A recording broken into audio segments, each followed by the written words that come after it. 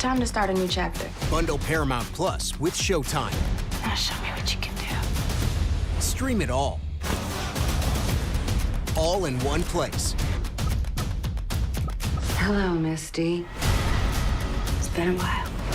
New job, new day. I'm not the same guy that I used to be. Oh, what a shot! I think I'm in love. Stream Paramount Plus with Showtime. Bundle and save today. It's been weeks since leaving Tars Lamora for good. Plot a course. That dream of finding a place where we can be accepted is becoming real. You know where I came from? Not where, but who. We're ready to take your orders. Captain. Star Trek Prodigy. Stream with your family. Exclusively on Paramount Plus. On Saturday night, triple header of fights coming your way. The main event. He is the unbeaten David Morrell taking on another undefeated fighter, Aidos Yerbossynuly. Two hungry fighters. I hope that he's not too hungry because there's nothing for him to eat. It's hunting season right now in Kazakhstan, so I'm going to hunt for the Morrell. I'm going to take this belt. Time now for me to show what I can do and what the rest of the division has to brace for. Cubans are good in amateurs. In professionals, I didn't see any good Cubans. Man, really? You don't mess with the people in Cuba. You can mess with me, no problem, but you don't mess with the people in Cuba. I don't want to talk a lot. My fist will talk at the fight. Two power punchers with dynamite in their hands. 167.25 pounds. 166.5 pounds. Right now he's personal. I'm going to take this belt with me to Kazakhstan.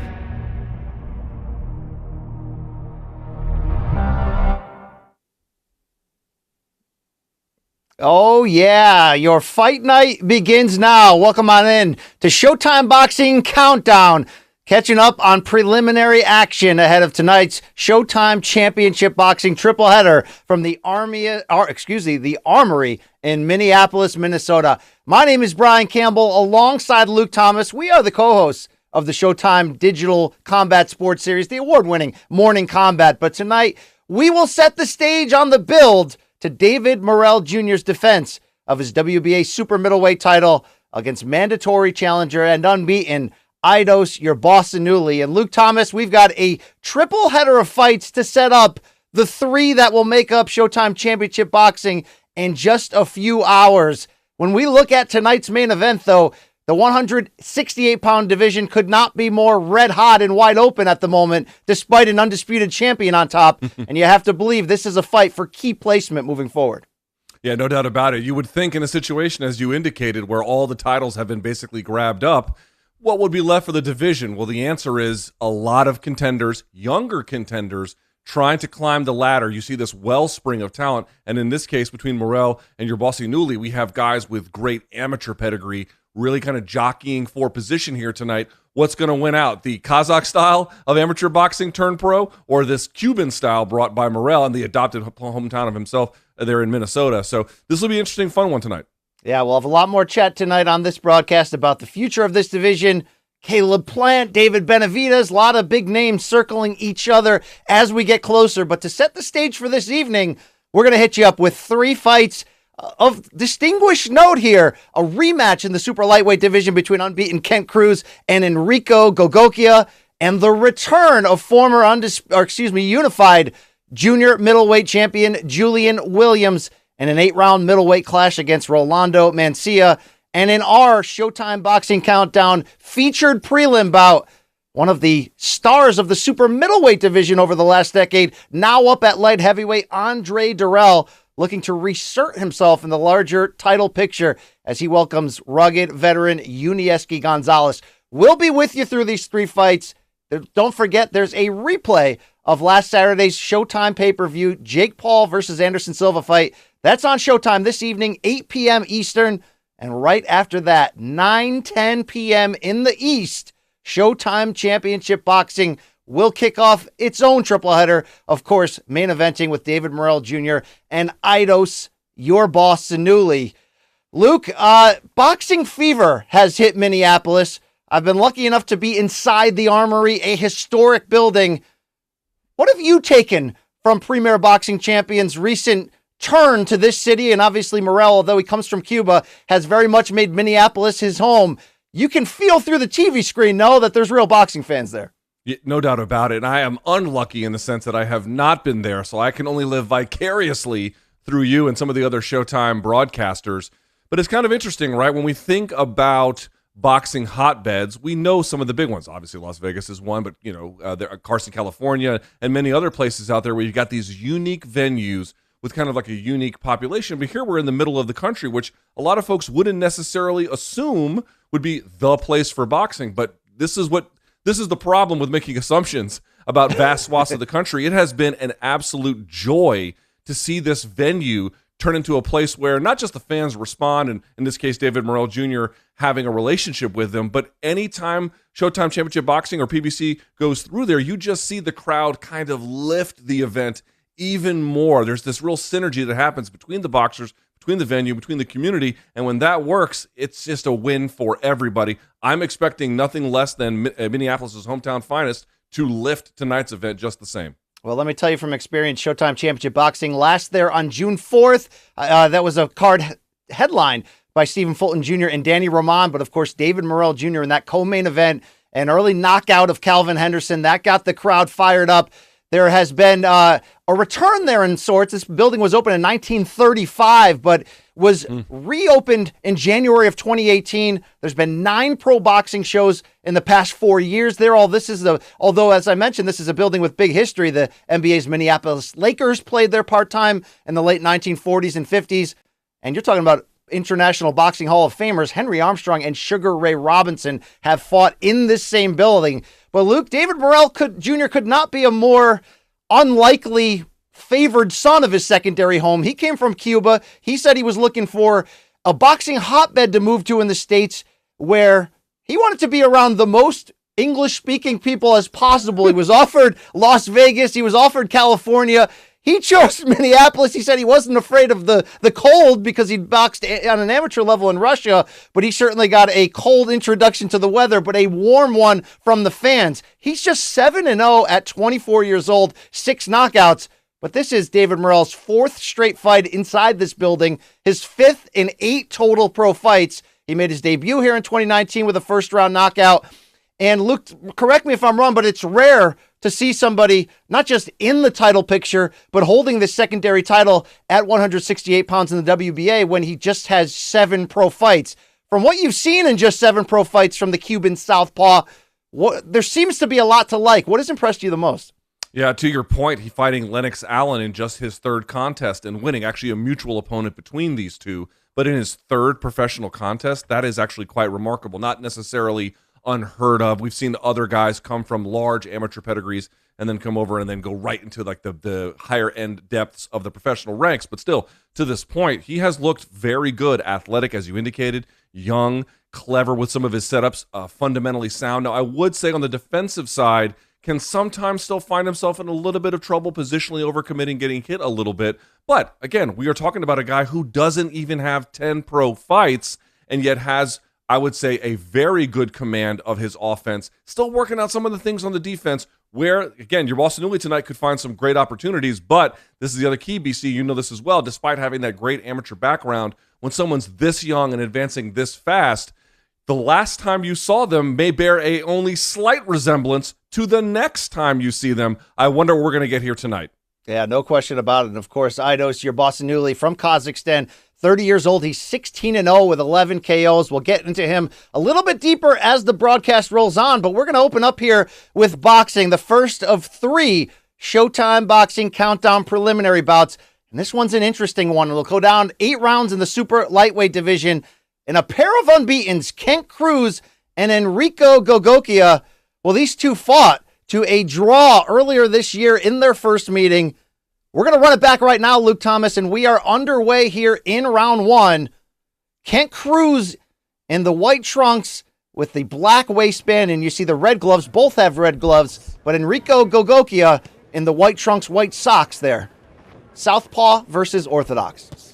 For folks who don't know, Gogokia was a kickboxer prior to taking into this boxing career, and I have to tell you, he was very commendably good. Having wins over David Kiria, which is was quite an established name in the 2010s, fighting at the highest level and winning actually a belt at the highest level. So we're not talking about a guy who just dabbled in kickboxing. He was professionally successful, and we asked him why he wanted to box, BC. He just wanted a new career path. He wanted to just use his hands. He wanted to see what he could do. He felt like it was a great opportunity for him, and here he is tonight. These two fought in February, a split draw over 8 rounds. We're back to run it back a second time. Somebody's O must go, as you know, between two unbeaten fighters.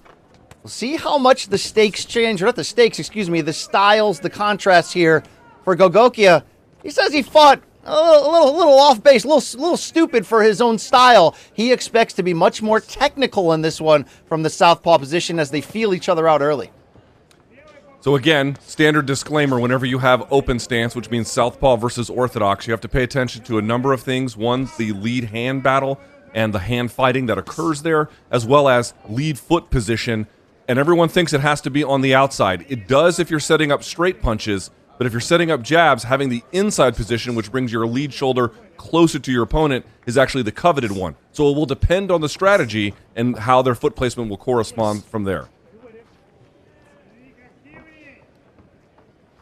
Gogokia telling us in the fighter meetings this week he felt he was only showed about 60% of himself in that first fight. Tried to get why. He said that's a personal issue. That's me.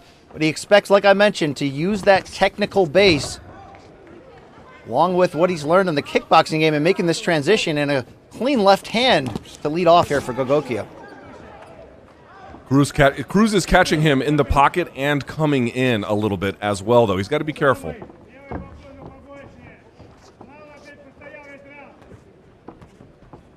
Cruz fights out of St. Louis, Missouri. He's 29 years old. 16-0-2 with 10 knockouts.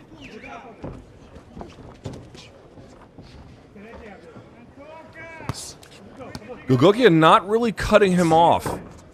More just following him a little bit. He does have center of the ring, and he is moving forward. That's valuable. But he's also not quite trapping Cruz in a way that he potentially could. Final seconds in round 1. Round 9 between them in what has become a 2-fight series as they head to the corners. As you see a wide shot of the Minneapolis Armory. Looks beautiful, doesn't it? It does, and those fans do come out early. The yellow lighting by the Armory sign. Again, I've never been there, so I can only tell from what we see on the screen, but it looks dramatic and stunning, really, watching from this view. Good pictures here from round 1 as Gogokia ducked a right hand to get inside, but then was met with a clean counter right hand from Kent Cruz. They know each other well after that first fight, Luke. It's going to be up to who makes the better adjustments the second time around. Yeah, no doubt about it. Two kinds of fighters can make two kinds of adjustments. One between fights, if there's a rematch, and then one between rounds. And the second of those two... the second of those is actually much more difficult to pull off. It's actually a different kind of ability. We're going to see who has... And by the way, Gogokia telling us he has very high fight IQ. We're going to see if that's true here as the rounds progress. And this is that lead hand battle I was describing earlier, BC. And it can go a number of ways. Sometimes you want the high hand. Sometimes you want to draw out their hand, depending on what you're doing. It's sort of a question there of who can dominate the space, either with traps or with just actually, in some ways, sometimes good timing and brute force. With just 8 rounds here in the rematch, like the first fight, both fighters have to make sure their activity is high enough to give the judges enough to work with. Kent Cruz has gone to a draw in 2 of his last 4 fights, both split draws over that 8-round distance.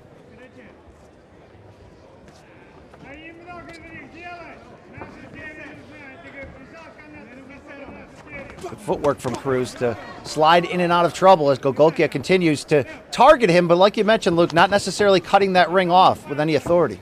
No, he had Cruz flat-footed for a moment and then let him exit out to Cruz's own left side. You see Cruz L-stepping and then changing directions a little bit.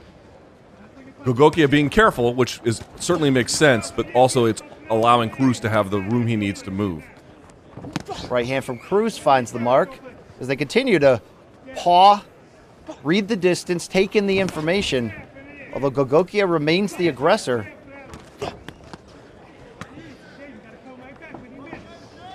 Cruz doing better this round and also touching him to the body a little bit more. You could see that Gogokia is a little bit more upright. You could see the stance of Cruz, at least not when he's moving, but when he's settled into position. A little bit lower. You can see how he level changes right there and then goes to the body. And then you can see Gogokia trying to find the reaction, but good movement by Cruz to get into the space and then out. Just like that.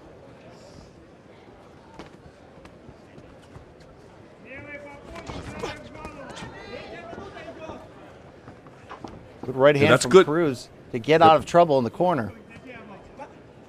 Pardon me, BC, didn't mean to step on you there, but you saw exactly what I did there.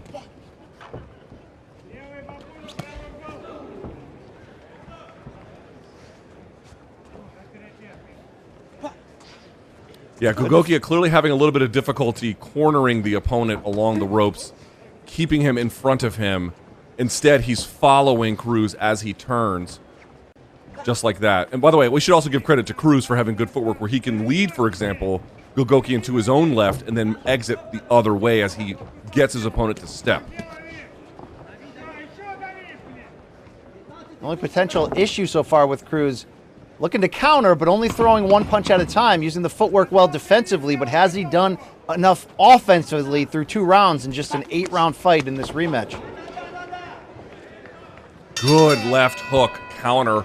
A little bit of a check hook there from Cruz as Gogokia leaned in with the left. I'm starting to notice, BC, I'm starting to see Cruz tightening up some of his attacks, knowing where to throw the punch in anticipation of where Gogokia is going to be versus where he is. 2 rounds complete in this rematch. See some action here from round 2. Cruz able to punch his way out of any potential trouble in the corner. High-level stuff between these two fighters who know each other pretty well this calendar year, to say the least.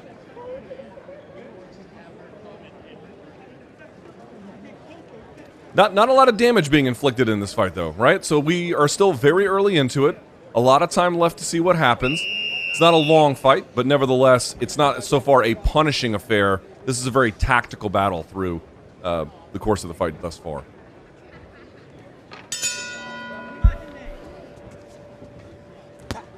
Referee Gary Ritter gives the motion. Round 3 underway.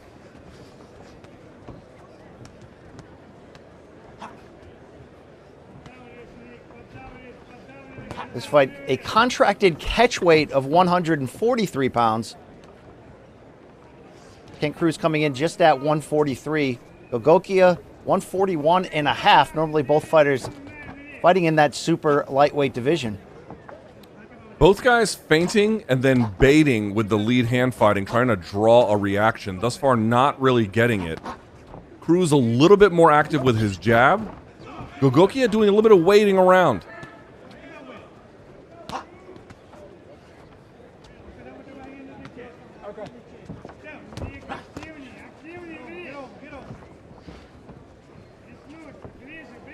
Gogokia, born in Georgia, he's of Ukrainian descent and has relocated to Woodland Hills, California. After that transition, as we mentioned, from kickboxing, where he was 44-5 overall.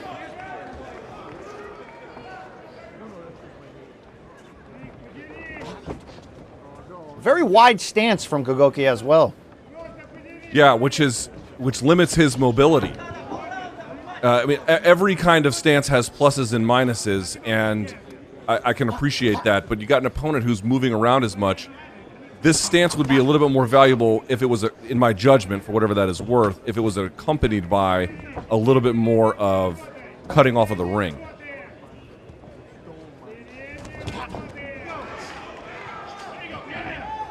Good right hand from Cruz to lead off with. Although his output overall still remains low. It's been a bit of a sparring session of sorts between them, touching each other here and there. Neither staying flat-footed and committing to combinations, though.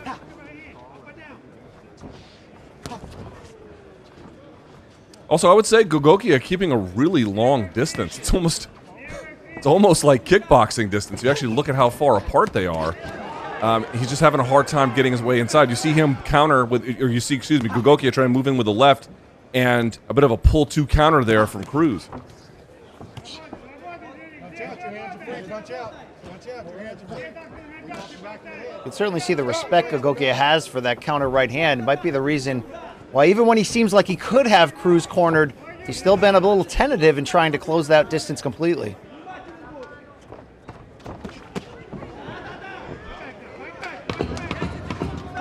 Good job by Cruz in reclaiming center.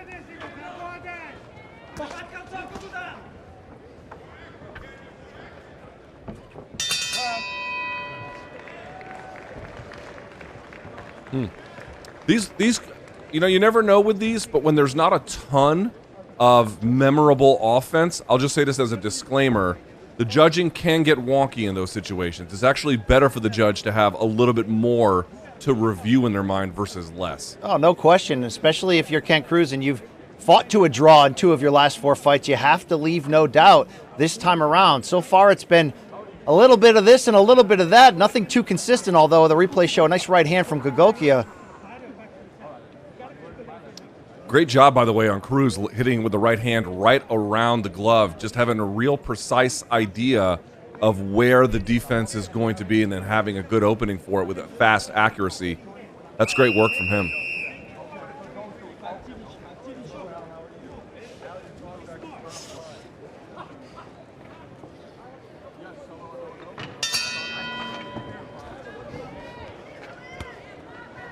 A super lightweight rematch between Kent Cruz and Rico Gogokia.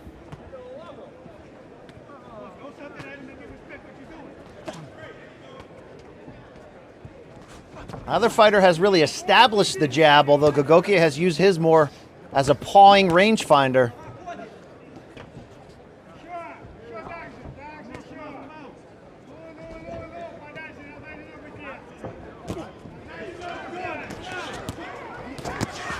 Nice right hand there from Cruz. Decent response all the way around.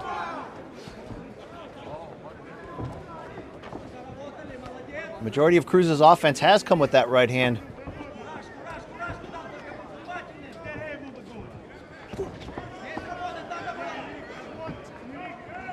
Good Gogokia defense. Still a little bit tentative, Luke. Still a little bit tentative when he has him cornered. I was just going to say that. I was going to note that as well. Cruz making it a little bit harder for Gogokia by slipping inside, slipping outside, rolling, weaving, not really showing which direction he's going to go in the immediate moment, and then getting out when the timing is right. He's aiding and making Gogokia be, he's making him be a little bit more hesitant than he might ordinarily be.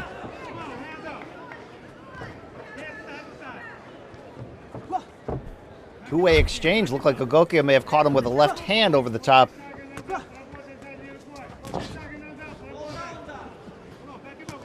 And hear that audible grunt each time Kent Cruz lets that jab go. And a right hand over the top finds the mark.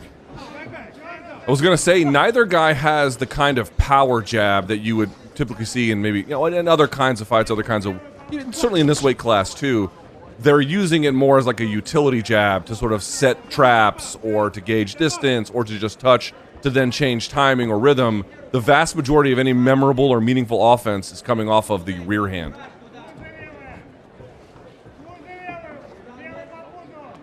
Here, right there, BC, was a great case of what I'm talking about, where he's got the guy right in front of him and he's not motioning, but doesn't have enough Gogokia to corner the opponent, and therefore he's able to escape, and then right there again, get weaving under, resetting the angle, reclaiming some kind of center position in the ring.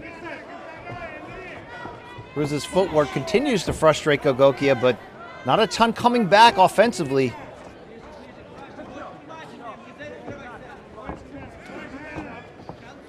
You hate to say this has all the makings to be another judge's nightmare, but here we are, catching up on the midway point of this rematch. Gogokia getting a little bit frustrated at Cruz's movement. I can understand that, but the way to counter it is to land significant punches. Well, there was a lead right hook from Gogokia as he had Cruz in the corner.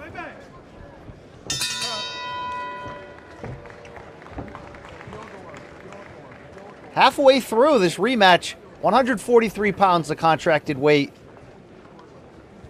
Who can separate themselves from the other after both fought to an 8-round split draw earlier this year? Taking a look at the highlights here. Good jab from, here I was saying the jab wasn't doing a lot of dominant work, and still I think some of the other punches historically through the course of this bout have been better, but some more utility there certainly from the jab of Gogokia.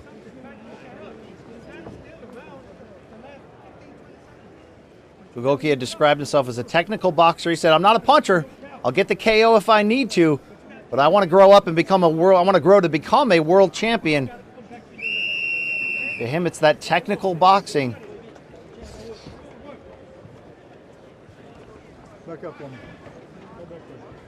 Gogokia early off the stool.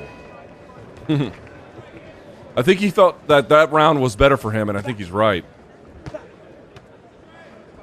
Round 5 underway. Second half of the fight unfolding here.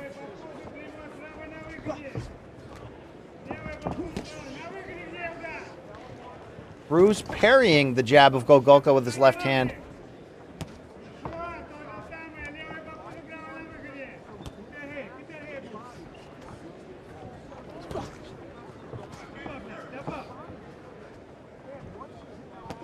Gogokia's forward movement, Luke, at the very least, it seemed to, I don't want to say discipline Cruz, but it has lowered his output. No doubt about it. A decent opportunity there from Cruz, moving through with the left hook and then the right straight. He is still going to the body, but his output has dropped a lot as well. Again, they're standing pretty far apart from each other. It's making the job of finding the opponent difficult for either of them. That's why you're seeing these long, big steps and then swinging punches, because the other guys are just really far away.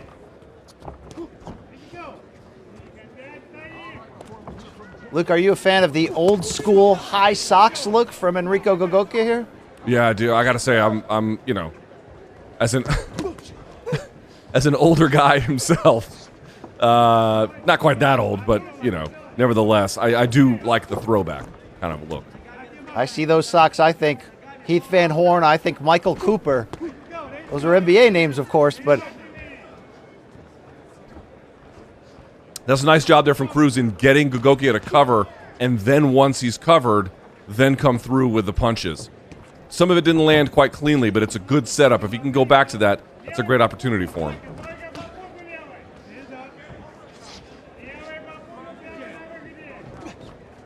boy, if you're a judge in this fight, you are really tasked at looking closely at a lot of these single punches that are either landing clean or partially clean, but typically not much behind them, not a ton to work with. And this is really the challenge. If you're going to be the guy on the outside, there's no problem with that. But you, just as a good rule of thumb, you got to make sure you're winning rounds cleanly when you do that, because yes, sometimes judges can overvalue the significance of forward pressure, but that's just a reality you have to face as a professional prize fighter, that they may overvalue it. They may not, in your mind, recognize that, sure, the guy was leading, but I was doing the more effective countering. You have to make that very clear, especially if the fight goes that long and then the round totals in terms of punches landed for either guy is close. Gogokia stumbled back, although it didn't look to come from a punch as they were tangled together. Either way, the intensity picking up just a bit here in the final 30 seconds of round 5.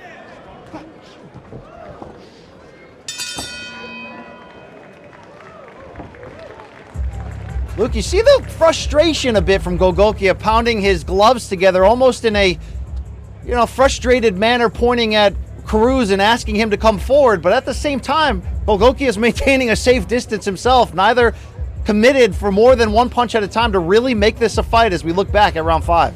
Yeah, that was a nice right hand to the body, then slip counter. It's a good job by Cruz. Here he weaves under, misses on the left hook, tries to fire on the right. He's getting close, but it's usually off of, he's waiting. Listen, here's what Cruz is basically trying to do. He's trying to split Gogokia's timing. So as Gogokia really steps in hard on a jab, he's trying to get him not to just paw with the jab, but a really big step through. And of course, the better way to guarantee that is when they fire the cross, they have to certainly put more forward turning energy into it, and that creates a good opportunity, but your timing has to be very on point for that to land. Speed 2. 2 rounds to go in this rematch. Super lightweights. 3 rounds to go, excuse me. Did not know there'd be math in this, but there is. Round 6 of this 8-round rematch. Maybe that's a case of most of these rounds looking the same. Which fighter can separate themselves as Gogokia closes distance well with the jab, but missing wildly with the right hand. Yeah, he hung the jab out there, and obviously Cruz saw it and threw the right hook right over the, the left hook right over the top.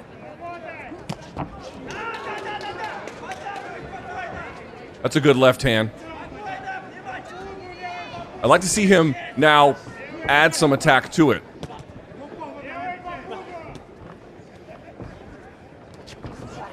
Will Gogokia regret a lack of a body attack here on the same manner that Cruz has not been able to establish that jab?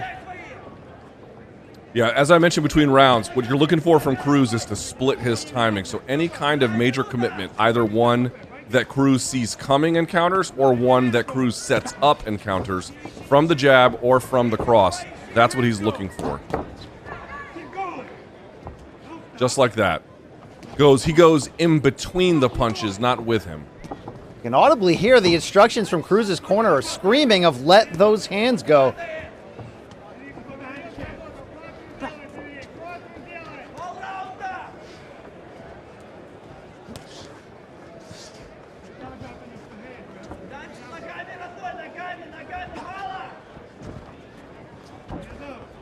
In that first meeting in February, Cruz had a scorecard in his favor, 76-74. The same scorecard Gogokia had in his favor, the third one 75 even, which is why we're here on Chapter 2. They traded lead hooks there, but Cruz got the better of it, getting out after the way. A bit of a more winging hook from Gogokia.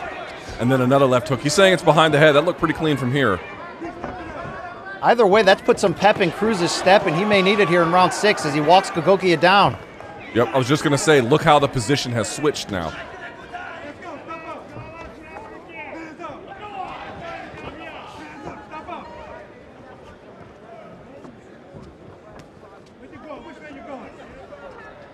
Both still respecting that distance.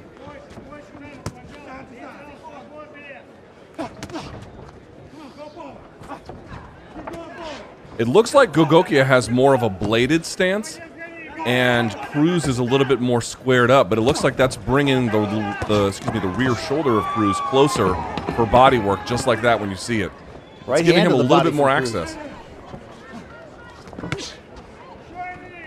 Cruz giving the judges more to work with at the very least this round, and his defense has been sound throughout. Another right hand across from Cruz. Strong emphasis to end the round there by Cruz. That was nice.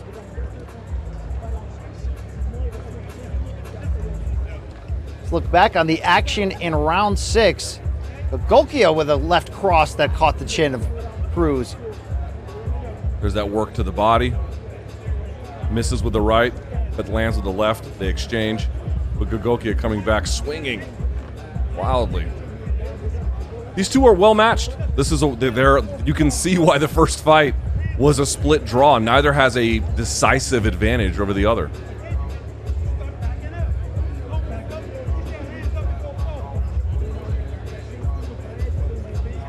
Gogokia believes he won that first fight. He said everybody saw it. Round 7. Why a draw? This is boxing, not politics, was his quote. Well, he's got 2 rounds to take matters into his own hands and leave no doubt. Round 7, super lightweight rematch.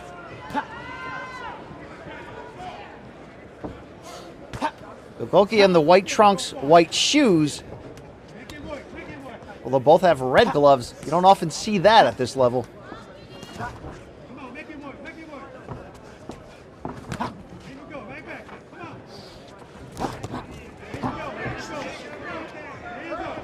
That was nice. Body work set up from Cruz. He got Gogokia to lean over the second time and then came over the top with a more head-directed attack. That was well executed by Cruz. Cruz has seemed to have found what he was looking for, Luke, in terms of the openings. I would like to see more output, though, not just countering. But that has been the story of the fight so far. Okay. A wild miss from Cruz with a 2-punch combo.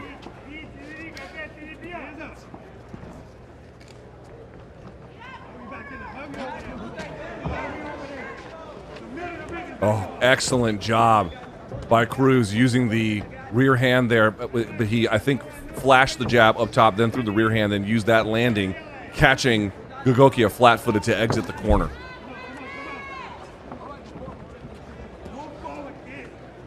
See, all that body work, BC, is just setting him up for a great opportunity later, right? So if he can go to the body, he can bring that hand down, and even when he lowers his level, he can still come over the top, and Gogokia may not have any idea which way the punch is going, and if he sets it up correctly, he's going to land clean, and he has been doing that a little bit throughout the course of this fight. Good defense from Cruz there to swallow up that combination attempt. This is a tale of two halves for Cruz. You certainly like the second half of the fight better in terms of his output and in terms of his accuracy.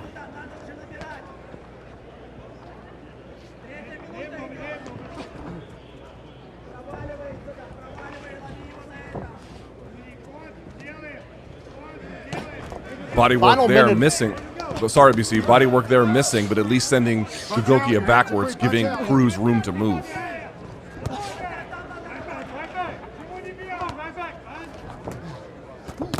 Gogokia shoves Cruz free as referee Gary Ritter let him fight off of that clinch.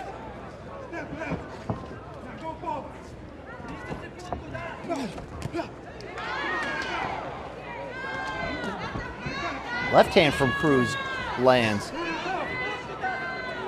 Both fighters slowing just a bit. Gogokia remains the aggressor. Gogokia doing a pretty good job with the right hook now as Cruz exits, catching him on the exit, forcing him in that direction positionally, either with a punch or the way he's moving, and then finding him as he exits, particularly along the rope line where he's not as able to trunk roll or weave under. Round 7 highlights looking back as Kent Cruz landed a left hand, the second in his two-punch combination. This has been a big part of Cruz's game, using the counter right hand to work himself out of potential trouble and then shoring up his defense for any follow-up shots from Gogokia. It also just seems to me, BC, that Cruz's attack is a little more varied with targets and more varied with where he's locating his punches. And so it's forcing the transfer of defense on the side of Gogokia. So that's why you saw that overhand right land from there. Again, it looks like it could be to the body, but because that body work has been invested, Gogokia just has no idea to just kind of guess. So he guessed it went to the body. He got hit right over the top. Final round in this 8-round super lightweight rematch. It's now or never, Luke. It's hard to say either way that either fighter has a strong enough case to feel comfortable here. This fight could be up for grabs in the final round. No doubt about it. Gogokia has been certainly pressing forward, and I think has had some underrated moments. I don't know if our commentary has been as appreciative of some of the big pot shotting, but pot shotting that he's been doing. Seems to me Cruz has been better about lateral movement, better counters, certainly much better body work, and has been a little bit better in the last couple of rounds. But we'll see. It could be certainly up for grabs.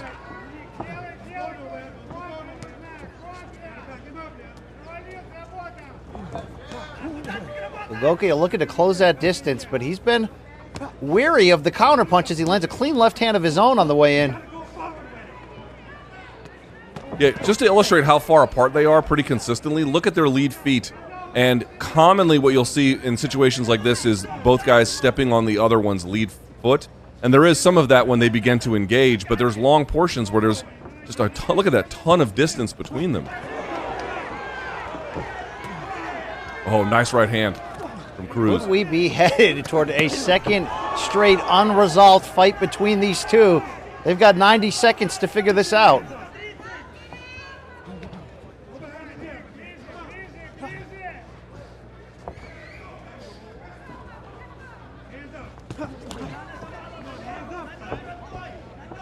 Good right hand from Kent Cruz countering the jab of Gogokia.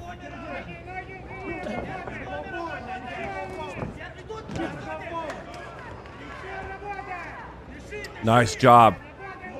Changing up his timing, going one, then going two, going right between the guard of Gogokia. That was really slick from Cruz. Gogokia once again putting his arms up, pounding his gloves together, trying to will Kent Cruz into two-way fire.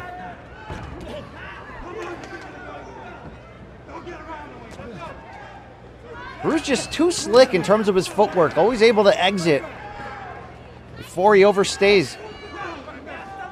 And listen, that's an exhausting way to fight. It's an exhausting way to try and punch. It's always going to be better for the vast majority of boxers to be able to move forward. Good left hook there from Cruz finds the mark, but you got to give credit to Cruz.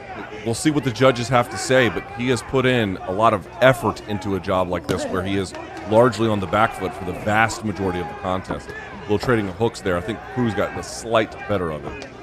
Well, they both will have their steps in for the day, there's no question. But who has done enough? Final 10 seconds. Good left hand from Gogokia. And Gogokia going to the body here in the last round a few times, and it's been working for him. Best action of the fight. Yeah, final 10 seconds gave you the best action of the fight, but 8 rounds are through. This rematch, it's up to the 3 judges sitting ringside to decide it. These two fought to a split draw in February, and this very much could be a coin flip. Let's look back on what we saw in round 8. Oh, what a beautiful counter from Cruz there, coming up with the right hand. There's a good little bit of a kind of a check hook there from Gogokia with the right hand that it did hit the back of the head of Cruz. I don't think it was an intentionally dirty punch, but certainly one that landed. Your 3 judges, Scott Erickson and Kyle Sheely of Minnesota, and Connecticut's Don Trella. The decision will be theirs. I think, we'll see what the judges say because of the forward pressure of Gogokia. That could make the difference. I think Cruz may have edged it, but we shall see. Yeah, this is the ultimate of what you prefer from the standpoint of being the ring general and putting on the pressure that Gogokia did, although at times it was very ineffective pressure. Or did you like the cleaner counter punches from Kent Cruz?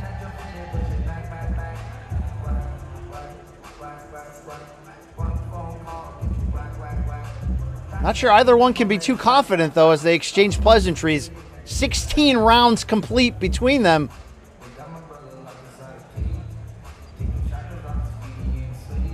They do it a third time, Luke. We're going to have to see some action if they do it a third time, okay? And I got to tell you, the fact that it's taking a while for the scores to be tallied almost always tells you it's split decision city.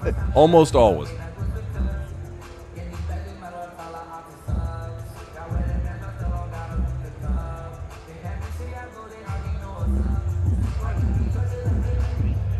Well, high drama here as these two fighters stand in the middle of the ring, the Minneapolis Armory. Whose unbeaten record will stay?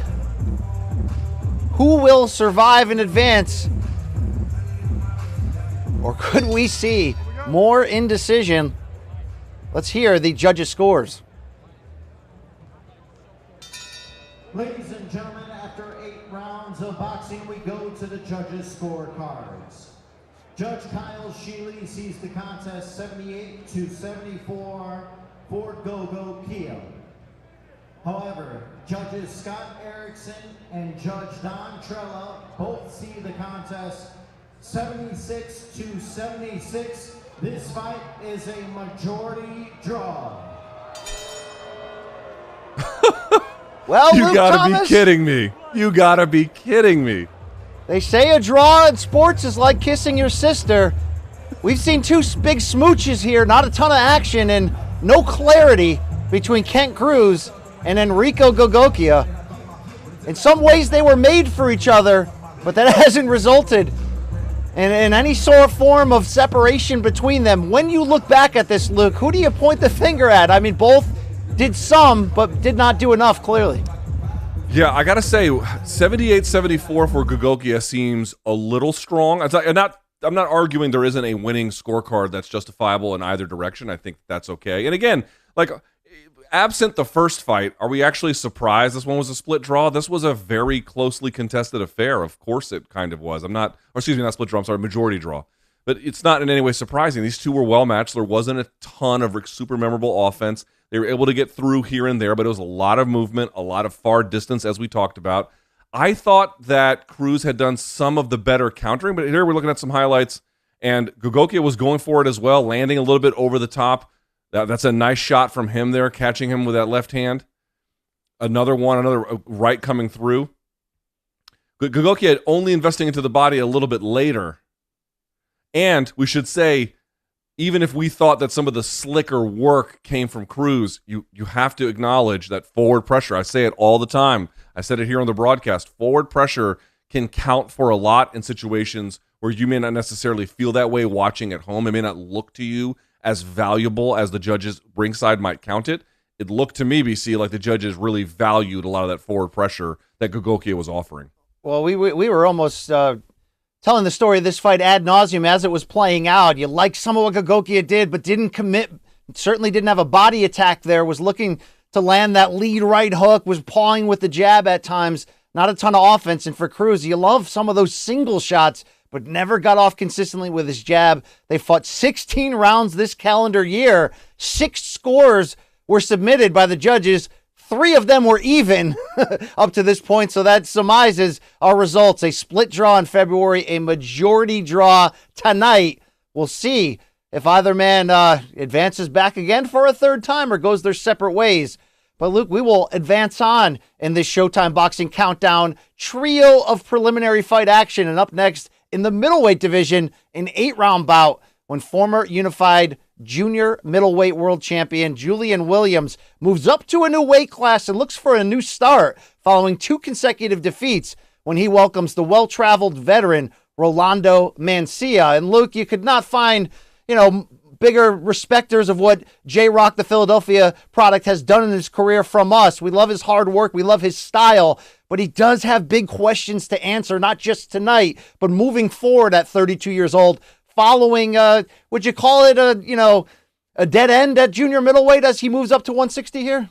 Well, whatever you want to call it, that's what he told us it was. He was like, I think my work is done, basically, in that division. I got to go up to 160. What is really, I think the words he used with us, BC, correct me if I'm wrong, were, what is left for me there? So it looks to me like he took some time off and is just trying to figure out, what do I do with this next chapter of my boxing career? He wants to go up. Again, he's getting older. Making the weight is a little bit harder. He doesn't want to do it. He did acknowledge to us that the weight cut was also kind of weighing on his mind. He didn't want to drain himself as much.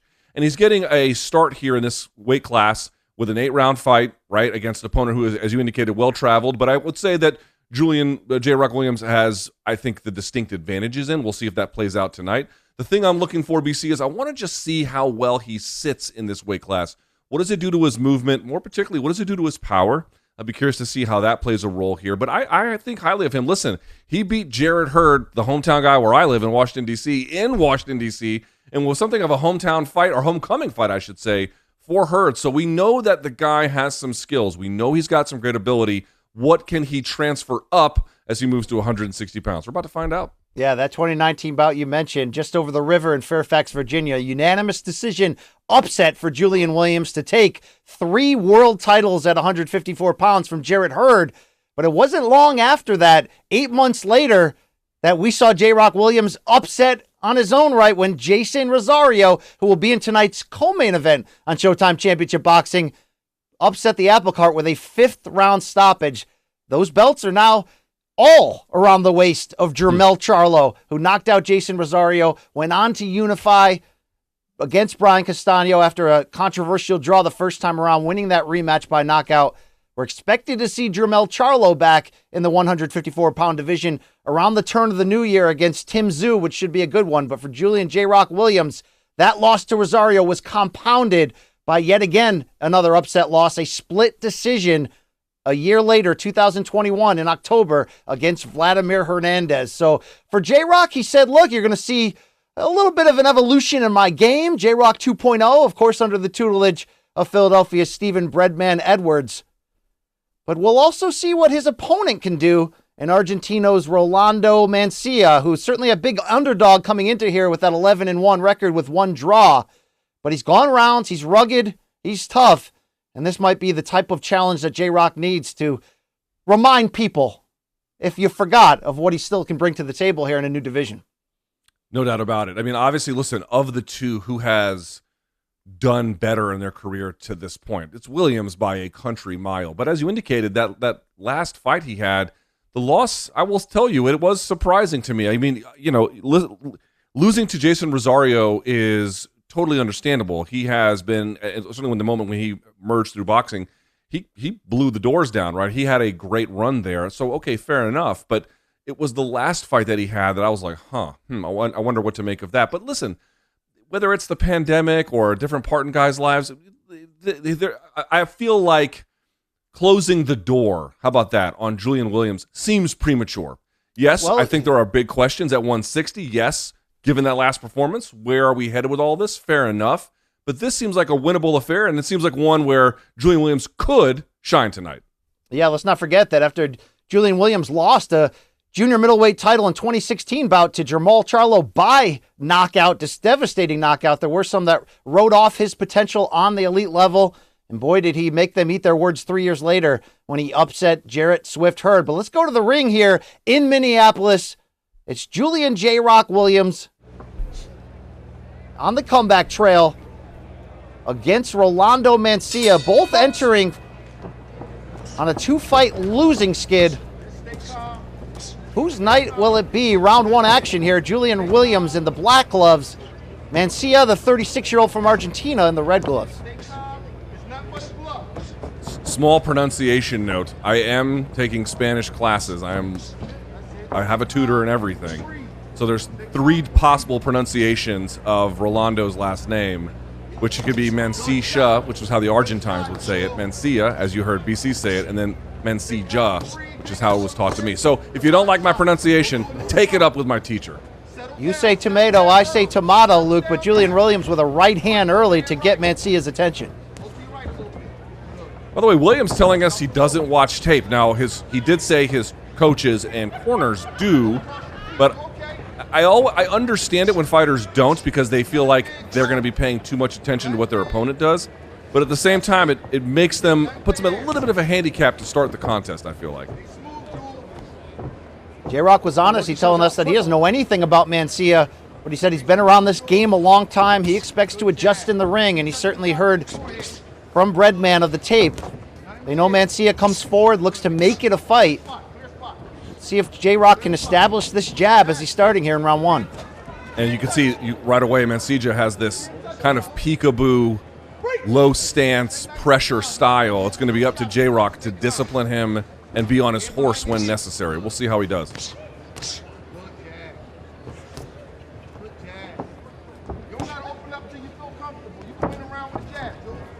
How many times have we seen fighters who have trouble making weight, taking a lot out of themselves in training camp to do so, move up and find a new home with almost unlimited energy, it might feel like, and that's what J-Rock said. He said, it's only 6 pounds, but me at 160, it's just a different fighter. As Mancilla closes in with a right hand to force the clinch.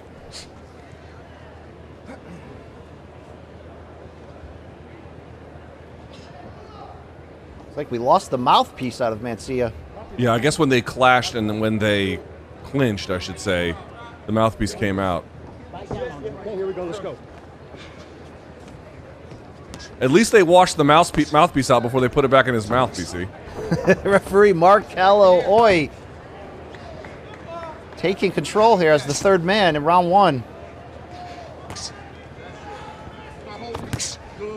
Mancilla's timing Williams with that right hand, and he's getting closer.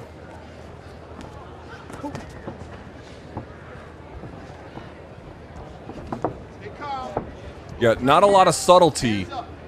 Well, that's not quite fair. But you notice Mancilla's style where he's just right in front of Williams. What you're going to look for, to me, when you're that low is he's going to look like he's going... It's a little bit... I don't want to overly compare someone, but there's a little bit of what Isak Cruz does, where you try to get low, get them to bring the hands down, and then they start to go over the top when they get them tall, backed up against the ropes. We'll see if he can get that far. There's exactly the thing I'm talking about. Now, he tried it way too early and from way far away, but that's the kind of 1-2 system that they look for. More of a feel-out round in the first frame here. Scheduled for 8 rounds, the 160-pound division. And as we mentioned with J-Rock Williams, it wasn't just the upset knockout loss to Jeison Rosario. It was that split decision defeat in October of 2021 against Vladimir Hernandez that sort of asked some key questions in terms of where J-Rock belongs. But at 32, he's taking some time off. He's got a new division here. He's going to have to make a statement here against an opponent that he's expected to handle. Let's see if Mancia can offer a different theory. And I thought that was a fine round for Williams. He was just fact-finding. He was, as they say, downloading information, whatever metaphor you would like to use. Pumping the jab, seeing when it lands, what kind of reactions he gets, how does he move, how does he react, and now I think you're going to begin to see a little bit of those attacks building from there. Round 2 in this 8-round clash. Does he keep losing the mouthpiece? Yep. This is the second time in as many rounds that Rolando Mancia has lost the mouthpiece, and you hear the warning from referee Mark Callo-Oy one more time, and he'll take the point. Almost a delay of game penalty, if you will. The jab from Williams has a little pop on it. Well, Williams got off early in the first half of round 1 and established that jab, but it seemed like the more Mancia was able to time that jab with his right hand and at least get close enough, it had J-Rock thinking, and I think that led to some of the inactivity to close the opening frame.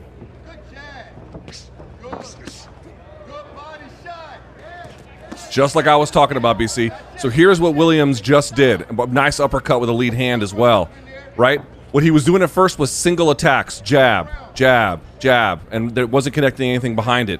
Then he changes up his rhythm and then goes multi-punch attack all at once. You condition the opponent to expect single shots, and then you drop multiple shots on them right when their guard becomes a little bit relaxed.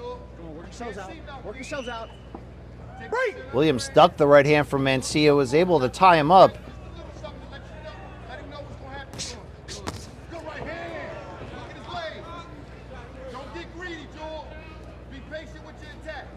13-month layoff for Julian Williams off those 2 straight defeats.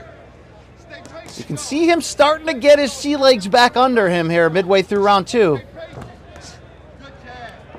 Boy, I gotta say, the corner advice of Williams is excellent.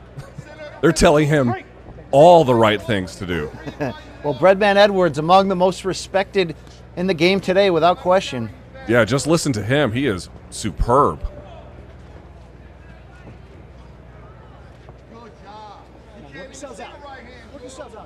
Yes, exactly. Good job clinching it. He was getting backed up, and he was getting a little antsy with it. Just collapse the space, smother the guy, and then restart the attack. Great job by J-Rock.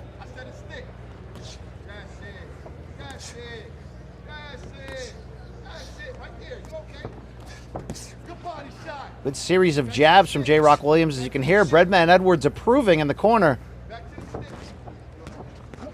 Already, BC, you would agree, a much better round for J-Rock. Now, the first round wasn't hardly bad, but this has been way better. Does seem at times that he's allowing Mancia to close the distance a bit too easily without making him pay. Well, you can see the machinations in Williams in real time here as he's adjusting to a new style. He said the new style wasn't because of the defeats, wasn't because of moving up in weight. It was just more or less time to evolve.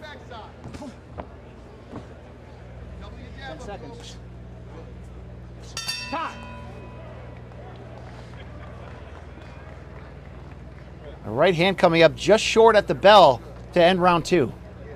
Not a ton of offense from Mancia in that round. Didn't see a whole lot of anything memorable there. Most of it was the jab was pumping. Let's check the highlights here. Oh, delay timing on the jab. Beautiful. Comes around with a right hand, repositions, and then goes to the body. Phenomenal combination by J-Rock. Good uppercut there with the right hand off the double jab, I believe. Yeah, he was dealing, at least in the early part of that round, BC. J-Rock taking his time in this fight through 2 rounds.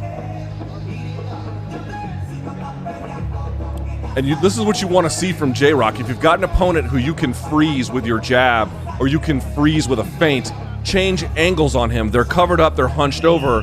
That's exactly the kind of opponent you can get to bite on a feint or get to blind with a jab and then turn on them and then really go to work. I like seeing that. I hope to see a little bit more of that from J-Rock tonight. In this 13-month layoff from Williams, Mancia fought 4 times, going 2-2, and fought as recently as 2 months ago in September. And there's that overhand I was telling you about. That's what everything leads to that. They're hunched, they're low, they're in your face. They kind of want to get close. They want to get low to the body. And then when you're transferring your defense down as they sort of bait you into it, that's when they come over the top. Still to come in our Showtime Boxing Countdown Prelims. Our featured attraction in the light heavyweight division is Andre Durrell and Unieski Gonzalez. Look to stay in relevance here at 175 pounds. You hear the referee warning them about their heads. Again, good framing there from J-Rock. Although right away, I'm noticing in the round, BC, we're only 45 seconds or so into it. J-Rock spending a little bit more time in close. Well, one thing J-Rock urged to us is that you may not see all of the changes and evolutions in J-Rock 2.0 in this fight because of the matchmaking level. But he said wait till he survives, advances, and welcomes the more elite players in the middleweight division, and you'll see the full growth, the changes in his game. Right now in round 3, he's cruising with that jab. Nice uppercut, too. Love that, and I'm loving that right hook to the body. That is a money punch for him thus far in this contest.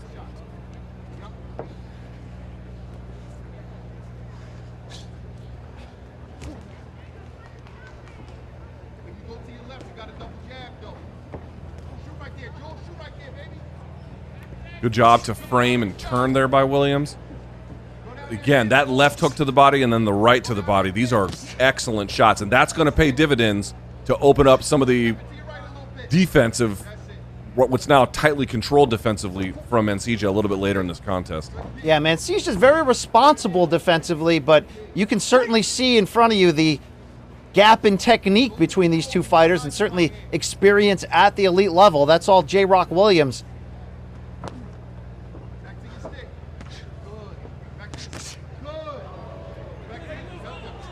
Oh, what a right hand. Mancilla moved with the punch, but that caught that cleanly. A good right hand for J-Rock.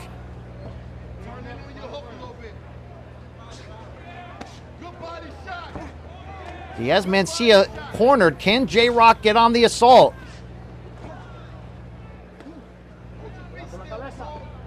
Luke, as you can see, a lot of patience from J-Rock. He's picking his spots, not overcommitting. He knows what he's supposed to do in this fight, and he's taking his time and executing it. Sure. And again, against a guy like this, you want to be at the end of your range or all the way inside. And again, I don't know how much sense it makes to fight him on the inside. That depends on the game plan from Breadman and Williams, but that middle space is what he has to avoid. And so far, he's done a pretty good job of that. 3 rounds complete as we look back at the action at round 3, and this was J-Rock's most offensive up to this point.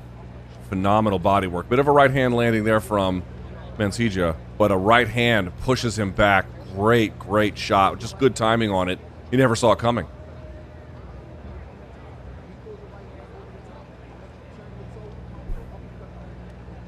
A little bit of unknown at the middleweight division at the moment, the new division that Julian Williams steps into. Of course, that WBC belt around the waist of Jermall Charlo amid some speculation whether he'll join the group of large names at super middleweight.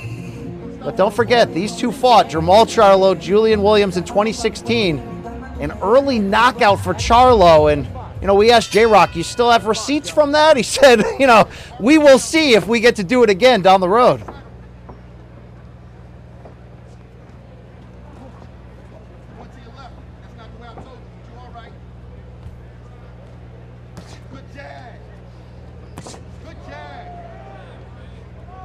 Good job by Williams getting in between the jab there. Again, he's splitting the timing now of Mancilla. Oh, that right hand was nice too. No question, J-Rock has figured Mancilla out up to this point. Can he begin the process of getting him out of here? Good right hand over the top. And a good pivot around as well to reset the angle. And now, look, he's taking center of the ring. There's that sort of peekaboo style a little bit there from Mancilla. But he's telegraphing widely, and Williams is able to get out of the way very quickly.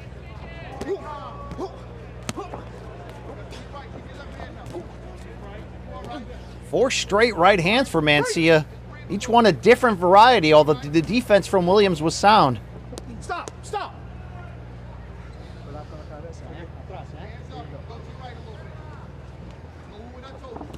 Referee Markello Oy has been busy here with the 2 mouthpiece violations from Mancia. And now some clinching, but Mancia on the offensive, Luke, trying to find some success of his own in this, which has largely been a one-sided affair. Yeah, so far, not a lot of jabbing this round from Williams. Preferring to fight on the inside. Nice left hook. The body work from Williams is just beautiful to watch. Mancia remains in that high guard shell, leaving that body open. And you can hear Breadman telling him to go down to it. By the way, Williams listening. You love seeing that. You love seeing a fighter and a coach just responding to one another, being in sync with one another.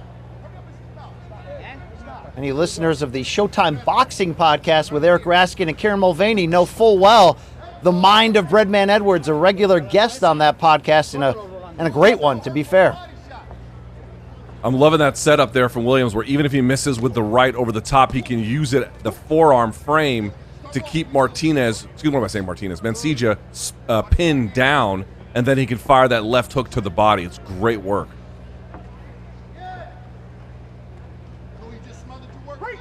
This has been solid work from J-Rock. Not overly spectacular, but you can see he's taking the opportunity in these 8 rounds presented to him to use that, to work on what he's been doing to adjust his game. Some thought, hey, with this matchmaking, could he come out and get an early knockout? Well, he seems to be like he's closing in on that as he's got Mancia cornered in the final 10 seconds. He even told us, we asked him, like, what was the goal with this fight? And it was just win. And that was exactly how he said it, just win. Just get a W on the board, get right, new weight class, new opportunity. Let's figure this out. So I don't know if he's chasing the knockout all that much. I think obviously he would like to be for a spectacular win if it's available to him. But really he's going to be, I think, as careful as he needs to be to make sure he collects the W. Well, here are the pictures from round 4. You did see some success from Mancia inside there with those chopping right hands, but in totality it was Williams' body work, it was the short power shots, and then backing him up in the closing seconds with that lead left hook as we enter the midway point in this 8-round middleweight bout. Yeah, and pay attention to the lead left hand of Williams as well. You'll noticing he's using it as a frame between himself and Mancia when they get close, as a way to obviously keep his position where he wants it, to see what's coming, to fire his own shots over the top. And also, if any of the punches miss, he's able to keep that hand over the top and use it as kind of like a weight-bearing club to control the posture of Mancia. Philadelphia's finest, Julian J-Rock Williams, in a new division here, 160 pounds. And Luke, you know the success of Philly sports right now. It's something you asked J-Rock, and he said, I'm not really used to this. It scares me how good the Eagles look right now. Can J-Rock continue the brotherly love sports turn? Yeah, he had an Eagles hoodie on during our meeting.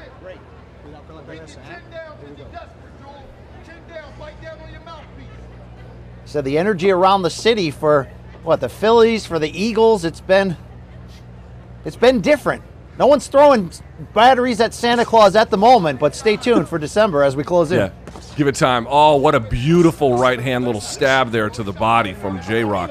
He's going to it more. It looked like it may have hurt Mancia a little bit. He dropped his guard down there and kind of moved away. I think the body, those ones, they're starting to get through. Mancia did slip in a left hook to the body of his own, and a right hand over the top as it looked like they were about to clinch. A sneaky shot from Rolando Mancia.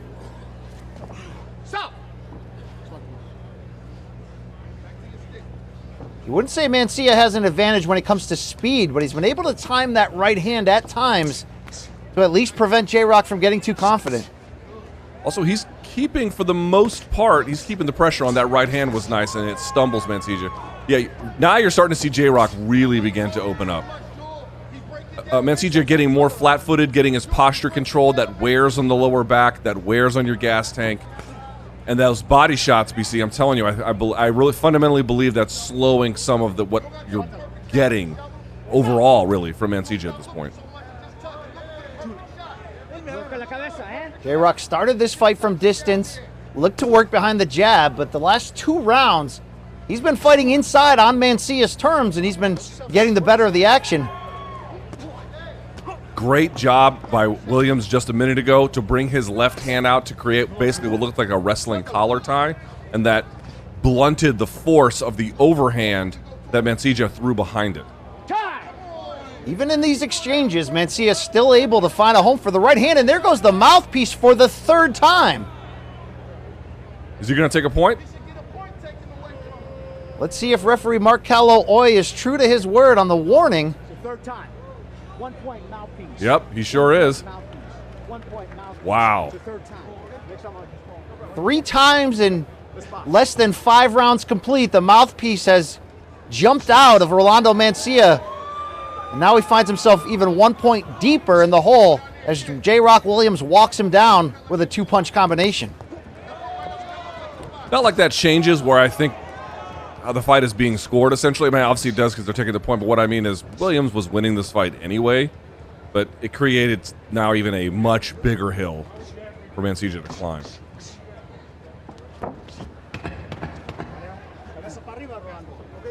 Great pivot angle change.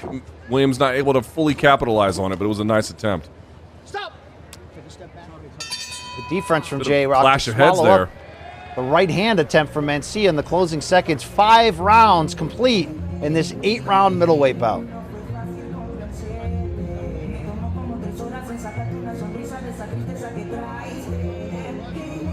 Luke, what'd you like here in round 5 from J-Rock? Beautiful body work, turning, framing. There's that lead left hand on the inside shoulder. Good job. Pushes him back.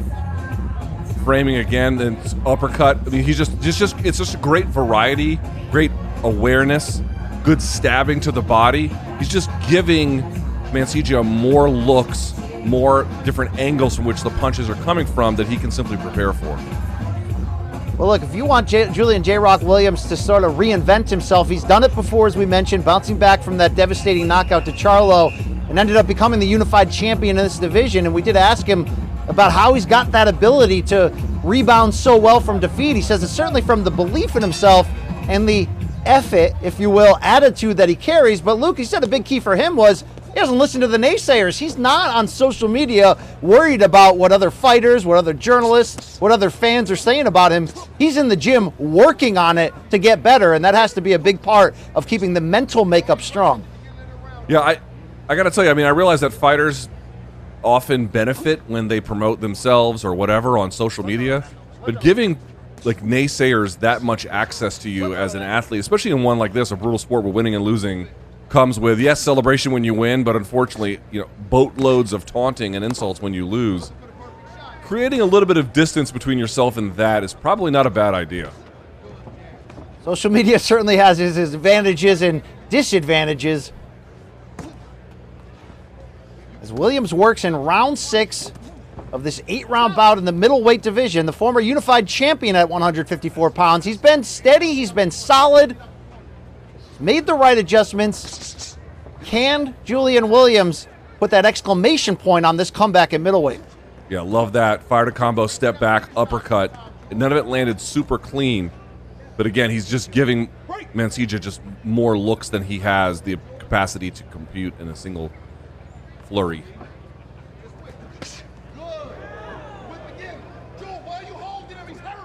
Brutal body shot there. Mancilla turned pro in 2013. Veteran of nearly 30 fights. Exactly 30 fights, excuse me.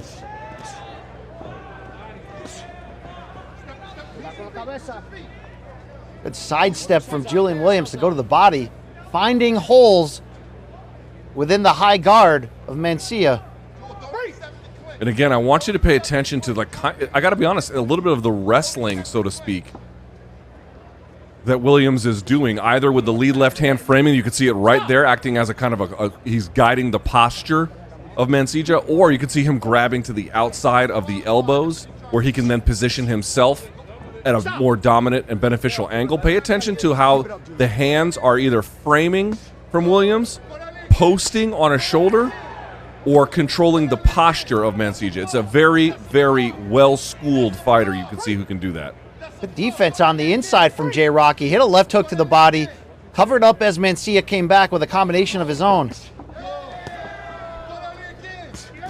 Under 30 seconds to go in round 6, another lead left hand downstairs from Julian Williams. There again, you saw the lead left hand post off the shoulder. There's the inside frame. that lead left hand of Williams, it's not the kind of thing that typically gets called out or that folks really care about, but it is majorly beneficial. Everyone cares about the punches, and of course, yes, that's the most important thing, but how you can manipulate your opponent either by angle change or controlling posture or by forcing them away or bringing them to you, it matters greatly. Another round for Julian Williams, doing the better work. He was the busier fighter. He's been meeting Mancia inside on his terms, and that target to the body has been consistent as J-Rock got off with left hooks, good combinations on the inside. And you can watch him grab around the gloves of Mancia and then reposition himself. I'd be curious to see how much more he goes back to the jab. It's not like he's losing on the inside exactly, but I feel like he's got a little bit more when he works the jab, and then it creates some vulnerabilities, and then he begins to open up with some combinations, but we shall see. 2 rounds to go at middleweight. Rolando Mancia, the 36-year-old from Argentina, he's been durable in this fight. Docked a point in round 5 for the 3rd time his mouthpiece escaped. Yeah, I mean, this is just wrestling on the inside. But that's where we've been the last 3 to 4 rounds, but it's J-Rock continually getting the better of the work. Great jab, especially as he got Mancia to take a big step to fire his own jab. Waited till he was just at the far end of the retraction, just a minute, I should say a moment before that, and then fired his own, so it put him in a position where he was too off balance to stop it. Great job. Fighting in the trenches the last few rounds, you're seeing J-Rock Williams reestablish that jab, command control. Luke, does J-Rock need to get a stoppage here to make a loud enough announcement about him moving up to this new division, or do you believe what he says? Just win, let's look good, and let's keep going. I mean, partly what I would say is just getting, if it ends up going the distance, getting 8 rounds of work is certainly important as you move up the weight class. By the way, it looks to me like there is some swelling over the left eye, maybe a little bit, of Williams. But more to the point, to answer the question, it would be nice, I think, either to get a finish, by the body shots would be great. Just something impressive to let folks know that this is going to be a weight class where, as the competition gets more difficult, there's reason to believe Williams can compete. He certainly is doing well in this contest, but he was expected to do well. Williams has 16 knockouts and 27 pro wins. Not known as a one-punch power type of boxer, but certainly through accumulation of activity and body work, he's able to wear his opponent down. But you mentioned the slight swelling below the left eye of Williams. That's been responsible for Mancia's right hand, which has largely been his only offense. Single punches from time to time, but he's found a mark with it inside. Yeah, I haven't acknowledged it perhaps as much as I should have, but you can see the effect of it. It has landed at times. It doesn't seem like it's really deterring Williams' attack, but it is valuable just the same.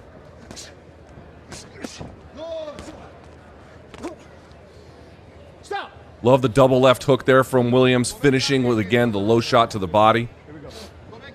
The body work to me in this fight, BC, the jab's been great from Williams, but the body work by far to me has been my favorite, or arguably even the best.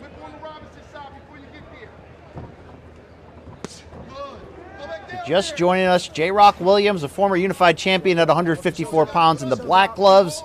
Rolando Mancia of Argentina in the red gloves. And still to come on this Showtime Boxing Countdown preliminary action. How about Andre Durrell, Unieski Gonzalez at light heavyweight? 2 big names, the second half of their careers, but who can prove that they've still got something to give here in the larger picture of 175 pounds. 7 rounds in the books. 1 more for J-Rock Williams and Mancia. The Armory in Minneapolis is the backdrop, but here's the pictures from round 7.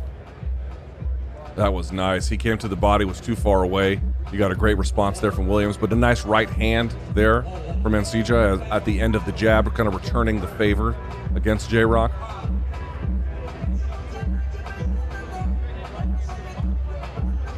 And Julian Williams complete this turn, as he said, to get his groove back. No shortage of big fights he can make with his name, with his history. At 32 years old, he's looked strong through 7 rounds.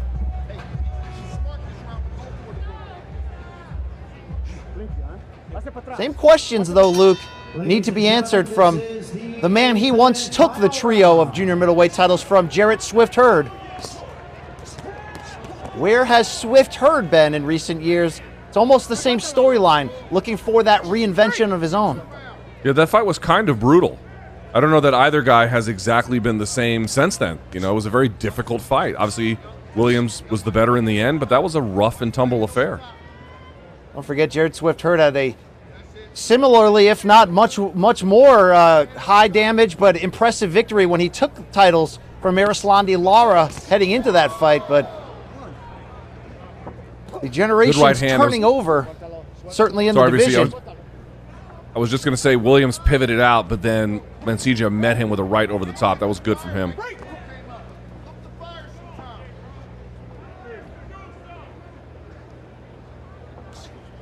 Two minutes to go, round 8. J-Rock's done good work on the inside. He's controlled with his jab on the outside. In between, we've seen some sprinkling of body action that seems to have slowed down Mancilla as this fight has evolved. I'll say this, though. Mancilla, is putting up... You know, I thought he would be much worse off by this point. Certainly I have Williams far ahead on the scorecards, but I thought he'd be much more depleted.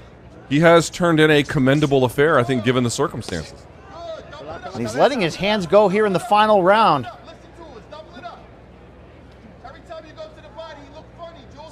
Referee Mark Callow-Oy letting him fight in the clinch as he has throughout this one. And also, to your point there by mentioning the clinch, also just one that just doesn't... It's hard to get a lot going because you keep finding yourself wrestling on the inside over and over and over again. It's hard to have a long-term sustained attack against a guy like that. Final 60 seconds here. The middleweight comeback for Julian Williams. 13 months off since we last saw him. An upset loss to Vladimir Hernandez, his second in a row.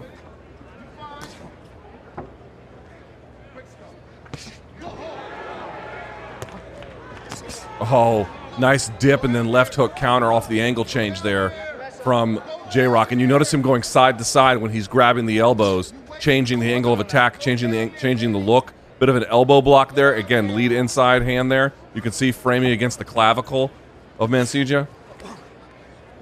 This is a get-well fight, on paper at least, when you look at the records of the two fighters, but J-Rock has shown us a lot throughout these 8 rounds. We come up on the closing seconds, round 8. Mancilla's still game. You have to give him that credit. J-Rock landing from distance as we close in on the bell. Good fight from both guys. Again, especially given the circumstances. I think it'd be very surprising if the judges found a way to give it to Mancilla. I thought Williams was far better. To me, BC, maybe you disagree. I really, really, really love the body work from Williams this fight. This was Julian Williams' fight. Nice lead right hand there. We look back on some of the footage around 8. Right hand to the body previously, and then the other highlight reel switched angles, and they came over with another right. Look at that. Dipped over to the left. A little bit of an up jab kind of scenario, a little left hook shovel punch almost from Williams. He had some slick stuff in this fight for sure. Look, you wouldn't say spectacular, but solid, workmanlike. Julian Williams showed us a lot of different sides to his game. He was physical on the inside with the body attack and with the wrestling, as the referee was, let's say, liberal in allowing them to work there. He also got off good with the jab. You got to see the boxer, you got to see the puncher a bit from Williams, even though he didn't seem to have Mancilla in trouble outside of possibly that big right hand in round 6. Yeah, and with the point deduction, it seems impossible that anyone but Williams will win. I'd be curious to see how they're going to judge this one, how wide the decision is. Reminder that Mancilla docked a point in round 5. Third time his mouthpiece came out.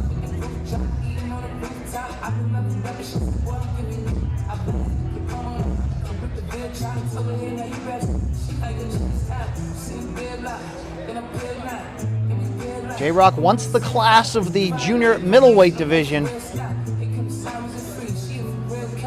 He's had that history of bouncing back, getting better, putting losses behind him. He said he no longer thinks about the Hurd loss or the upset to Vladimir Hernandez. That's behind him. About doing the work in the gym, and his coach, Stephen Breadman Edwards, had him well prepared for this one.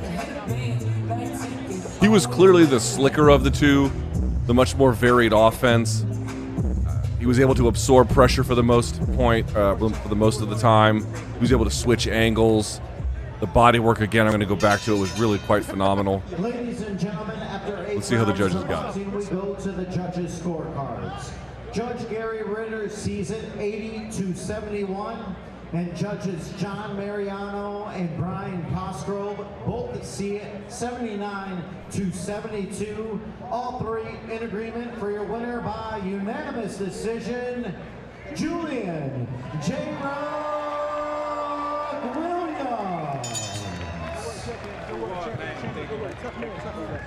Well, there you have it. The unanimous decision for J. Rock Williams. The 2-fight losing skid at 154 pounds behind him. He comes back after a 13-month layoff. And we wondered if these would be as wide as it looked to us. All three judges seeing it that way. Luke, good to see J. Rock come back and show us what he can do. New division. But it looked to be the same top-notch fighter with the varied attack. Yeah, hard to say exactly what will happen here at 160 pounds. I think that's probably pretty fair, but for just getting back again, he told us, like, what's the goal? It's just to get the W. You know, I don't know if exactly he was trying to go out and wow the world. I think he wanted to build a little confidence himself. I think he wanted to just be like, okay, let me have a professional, clear, great win I can look back on, look at the tape. How'd the weight cut go? How did I feel? How did everything go this time? Kind of kick the tires, so to speak, on 160 pounds. If that was the goal, I think for the most part, mission accomplished. Yeah, got a lot of work done, a lot of varied looks and attacks over those 8 rounds. At 32 years old, the future at middleweight could be bright here for Julian Williams as we roll forward. Our featured bout on the Showtime Boxing Countdown Show is upon us. Light heavyweights, 10 rounds, and its names boxing fans know very well. Andre Durrell moving up to 175 pounds in recent years, but facing adversity, layoffs, inactivity, injuries. This is a good one here. Yunieski Gonzalez, a noted tough out, fought on the title level before at light heavyweight. These two will clash in our featured bout. But Luke, in tonight's Showtime Championship Boxing main event, which, reminder, 9:10 p.m. Eastern, immediately after the replay of last week's Showtime pay-per-view bout between Jake Paul and Anderson Silva, which goes live at 8 p.m. Eastern, we will see a main event. The WBA super middleweight secondary title on the line as 7-0 David Morrell Jr. from Cuba, has made his home here in Minneapolis, has a huge following behind him. He welcomes mandatory challenger in the Unbeaten, Aidos Yerbossynuly. He comes to us from Kazakhstan. You often see him in the traditional dress on his way into the ring. But Luke, whether I have pronounced his name correctly or not, Yerbossynuly is somewhat new to mainstream boxing fans as a name. But you watch the tape, he can fight. He belongs here. This should be an interesting test for Morrell. No doubt about it. And this is what's interesting. We talked about the offense for Morrell. It's really good, right? We really like what he has to offer there. He has had some defensive issues at times. Again, nothing critical. His record is quite sterling.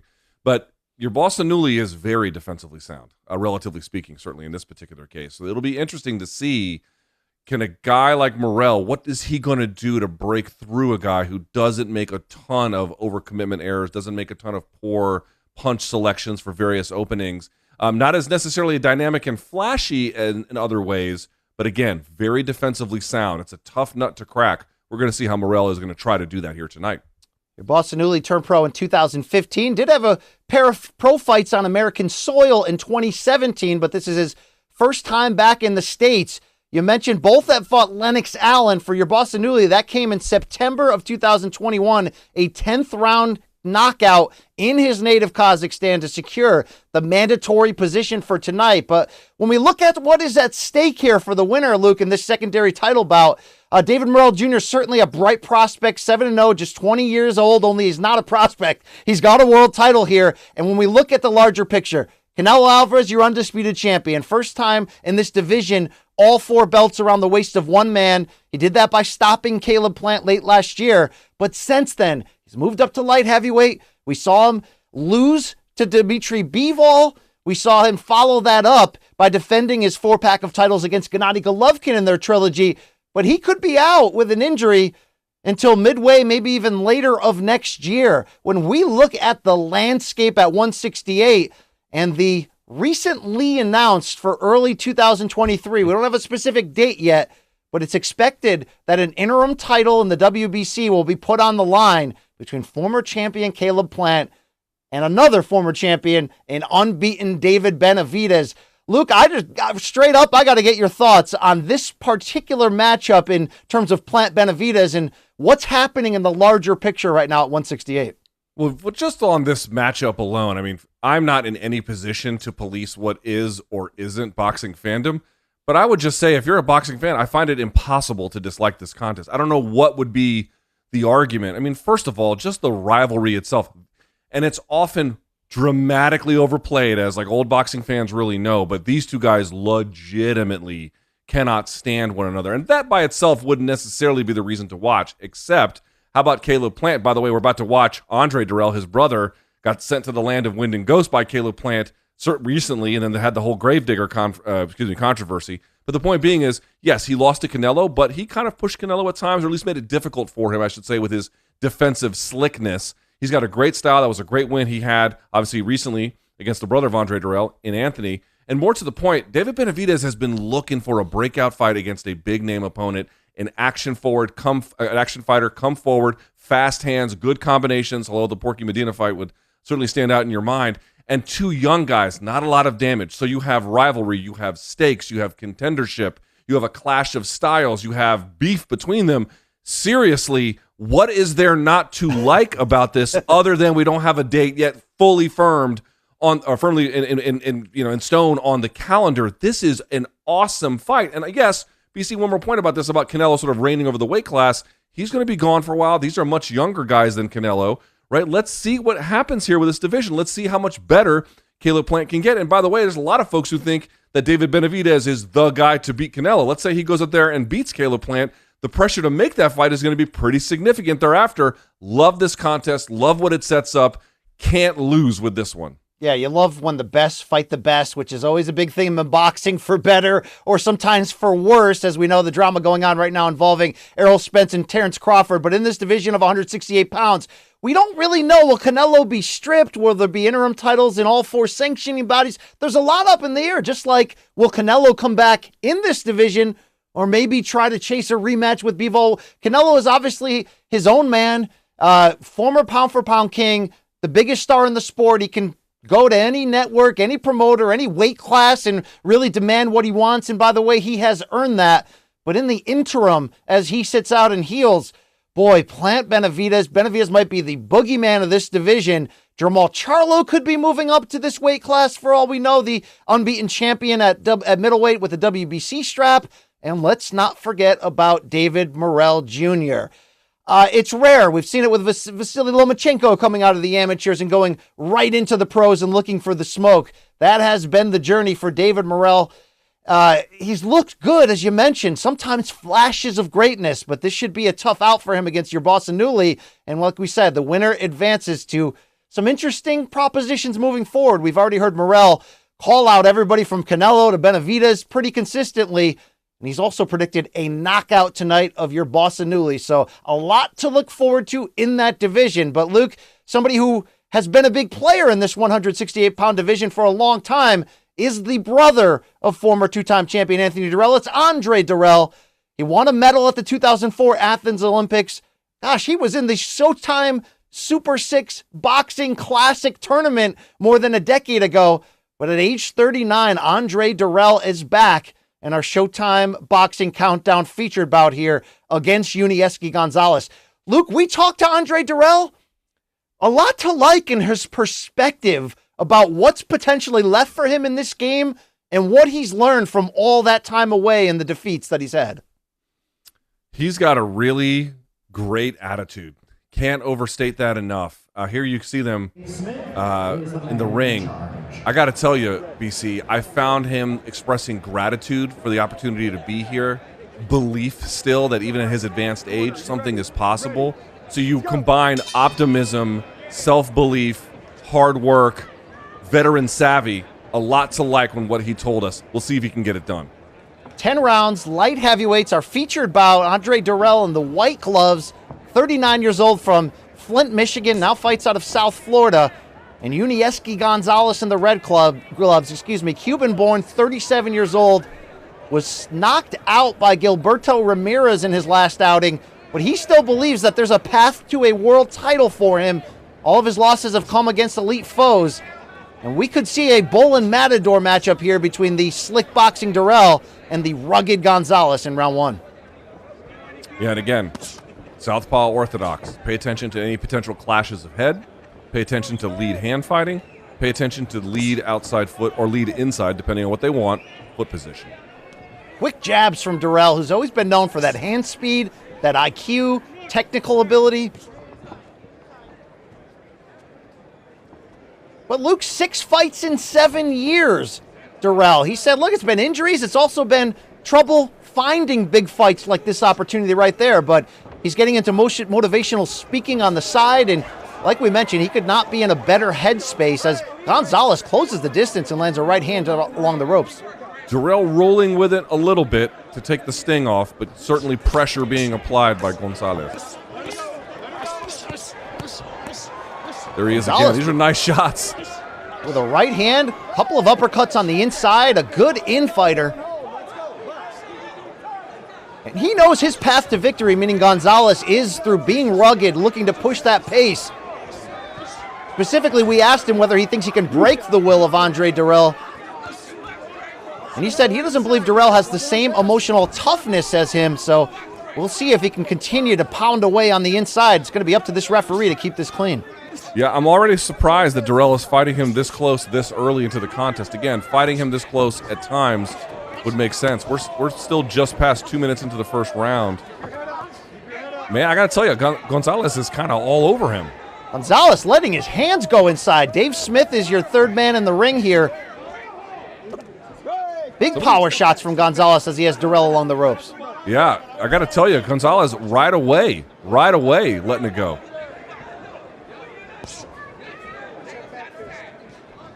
And you hear there, BC, referee warning them about a clash of heads. It's just common when you have guys with opposite stance. It happens. It's also the style that Gonzalez brings to it. It's not dirty, but it's physical, it's aggressive.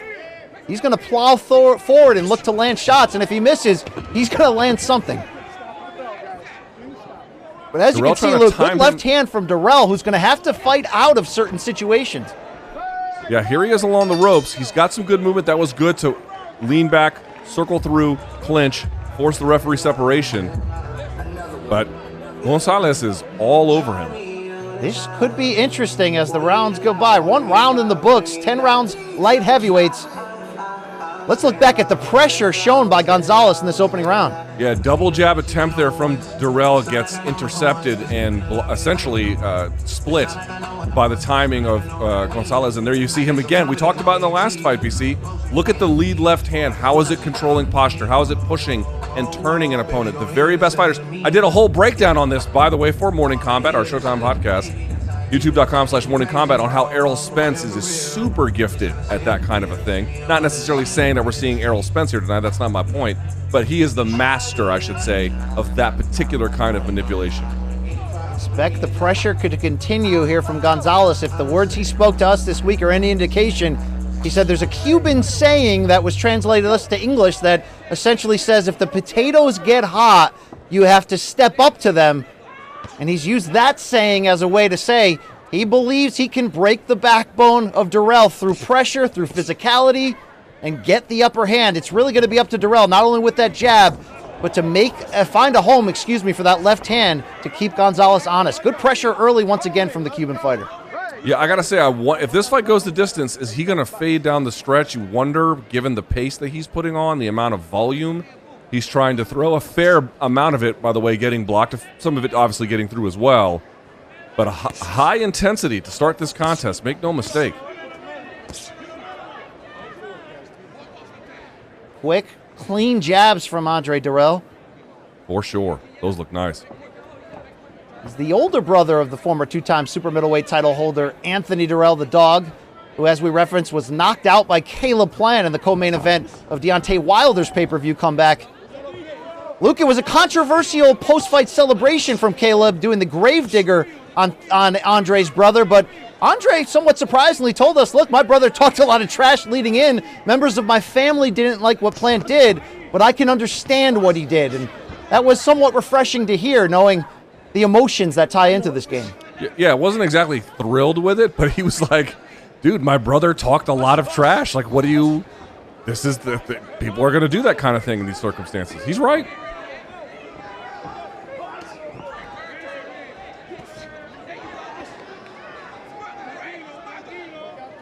Along with the speed, Dirrell believes he'll have the advantage in this fight when it comes to the placement of his punches and the accuracy, but that's going to demand him controlling distance as Gonzalez ties him up once again and is looking to be as physical as possible.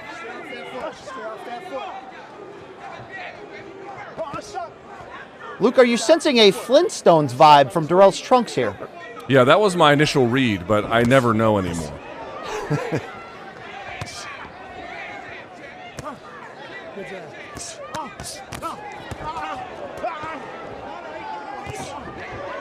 Good counter jabs from Gonzalez.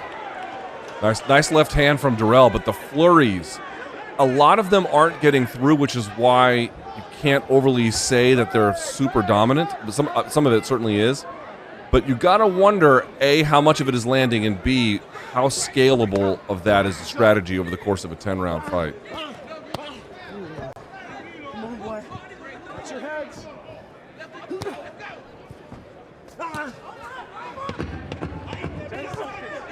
Final 10 seconds of round two. Dirrell doing a good job fighting off Gonzalez inside. Yeah. Nice left-hand uppercut from Dirrell. Yeah, beautiful left uppercut there as he got Gonzalez straight up in the air, leaning forward. They fight to the bell. They fought a little bit after it as well, as we've got some drama here through 2 rounds.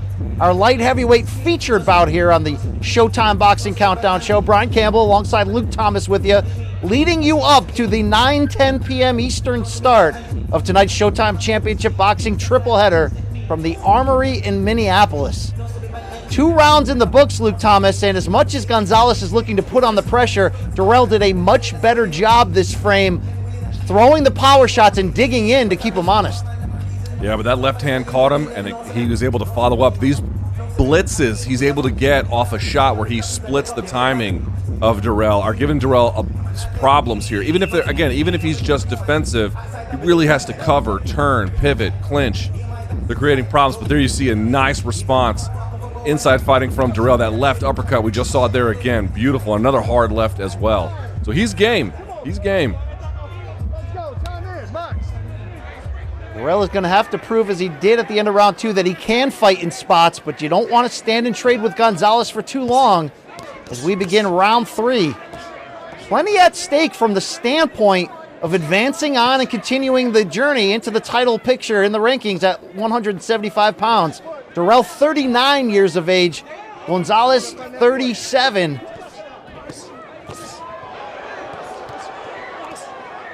Ooh. Traded left hands there as the action continues. Yeah, stumbling Gonzalez a little bit. I'm not sure if it was just off balance or if the punch truly landed with thud. It was hard to tell from the camera angle from which we're watching.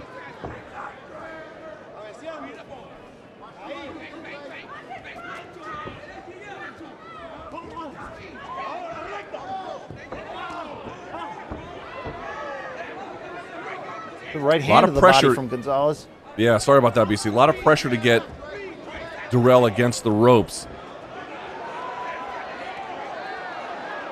Dirrell just kind of rolling with it here, but he's eating some of these. The uppercuts got through a little bit. He has to get out of this space. Looks to me like he's trying to have a little bit too much fun. Morrell can't afford a rope-a-dope strategy with a puncher like this who's cornering him and putting on the pressure. You see the smiles, you see the passion from Durrell, though. He's enjoying mixing it up. We mentioned that new attitude. A big part of that was the gratitude, he says, for still being in this spot. And this is not the slick boxer of Durrell of old, who, of course, once fought Carl Froch to a split decision defeat to open up the Showtime Super 6 World Boxing Classic. He's fighting here at light heavyweight. And to be clear, 2 of those lefts in the corner, they did land for Durrell. He's happy to fight this style, and those both landed, and they wobble Gonzalez a little bit. That right hand forced Gonzalez to do the two-step. Durrell coming on a bit here with 1 minute to go in round 3.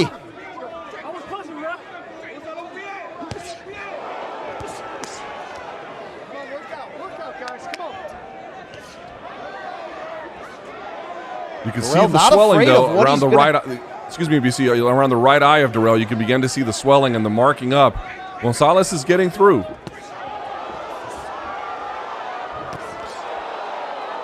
They stand and trade again. A right hand wobble Gonzalez as they both landed.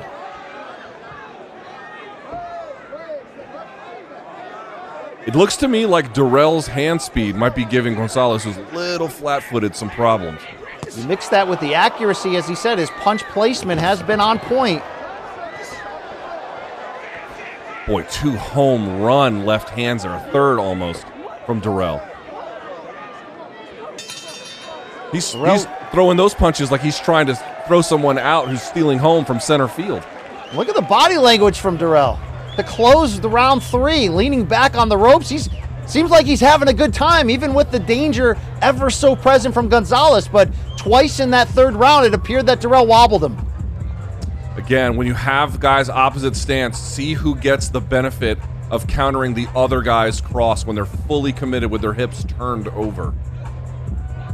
There's that rope-a-dope from Durrell, which didn't look like the smartest move, but he was smiling, he was enjoying himself, and he punched his way out of trouble. Sure did. We thought this could be an interesting matchup between 2 named fighters looking to stay around. Both showing out early. This is Durrell's first appearance, by the way, since July of 2021, when he stopped Christopher Brooker in 3 rounds. He's 2-0 since moving up to light heavyweight. And pay attention, BC, if I may. You're watching Gonzalez go in straight lines a little bit, and as he does, watch for Durrell to change angle quickly and then throw a home run, either left hand or sharp right hook. But you're watching him accept the pressure from distance, just change the angle before the moment of attack, and then land something big. This is Gonzalez's first appearance since being knocked out by Gilberto Ramirez in December of last year. But he told us, Luke, he had tore his MCL, his Achilles during training camp 2 weeks before the fight. Still went forward with it. He says he's not 100% even today, 12 months later almost, but he said I'm about 97%, and right now he's putting his punches together in round 4. Yeah, he's got Durrell covering up here for sure. But again, here's the other part too, right? Again, the scalability of the strategy. I'm not saying he's fighting in spurts, but he's doing these kinds of things infrequently. He does them with a lot of verve when he does them, but he doesn't do them very often. When he tore his Achilles that time in training camp, he told us he was screaming, crying. And like I mentioned, he went forward with the fight. That shows you the toughness. And a development here, Luke. Durrell continued to complain about the rabbit punches from Gonzalez. See if that shakes him at all mentally, although Durrell puts Gonzalez right in the corner. This is as offensive as we've seen Andre Durrell in terms of intentions in some years. Also, pay attention.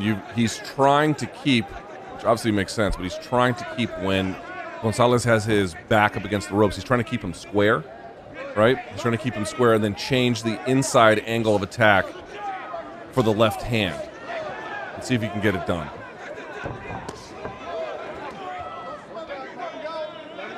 Like this, just like that. But he's got the head on the opposite side of the shoulder, so it's going to be a little bit more difficult, but we'll see. Seen good offensive stretches from both of them here, although Durrell twice in that 3rd round seemed to wobble Gonzalez, and now Unieski complaining about rabbit punches.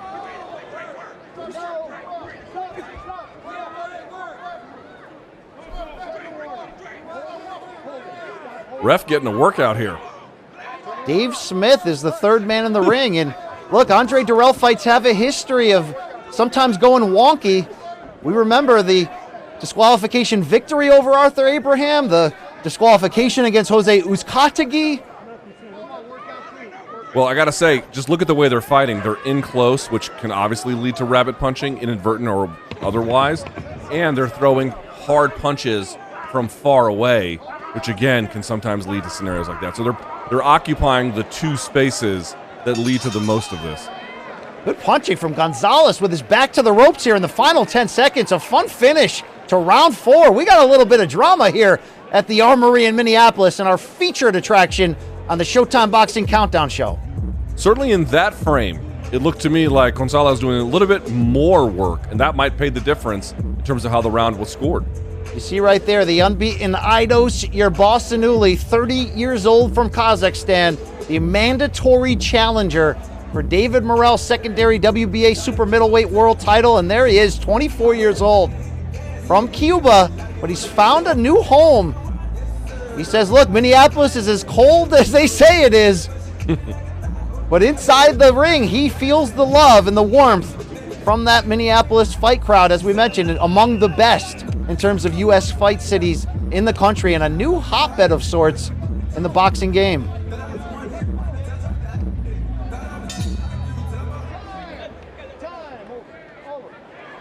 Dave Smith calling time here to start round 5. He's been busy the last few rounds with a lot of the infighting between them.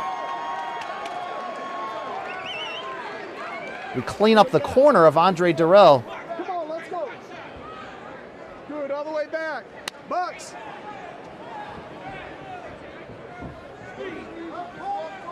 Here we go, round 5. Light heavyweights. Which aging name fighter can make a statement here in terms of what they have left to give at 175 pounds? Both have not looked anything close to their respective ages.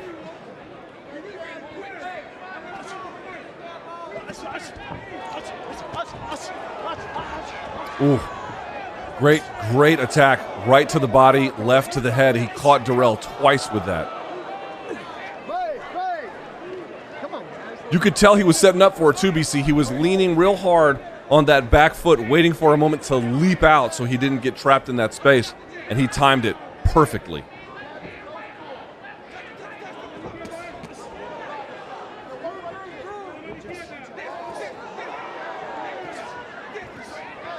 Yeah, Dirrell looking sharp with the jab, but not seeing so. Now we're seeing them. We weren't seeing them a whole lot through the first minute. They seem to be like very successful in large part for them. We expected Dirrell to box. Not sure we expected to see him this willing to fight out of potential troubling situations.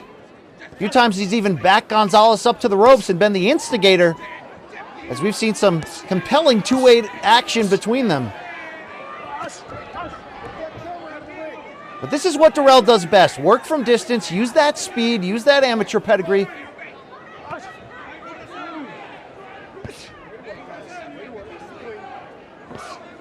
'2004 Olympian. He won a medal. Same year Andre Ward was the last American male to win gold in Athens.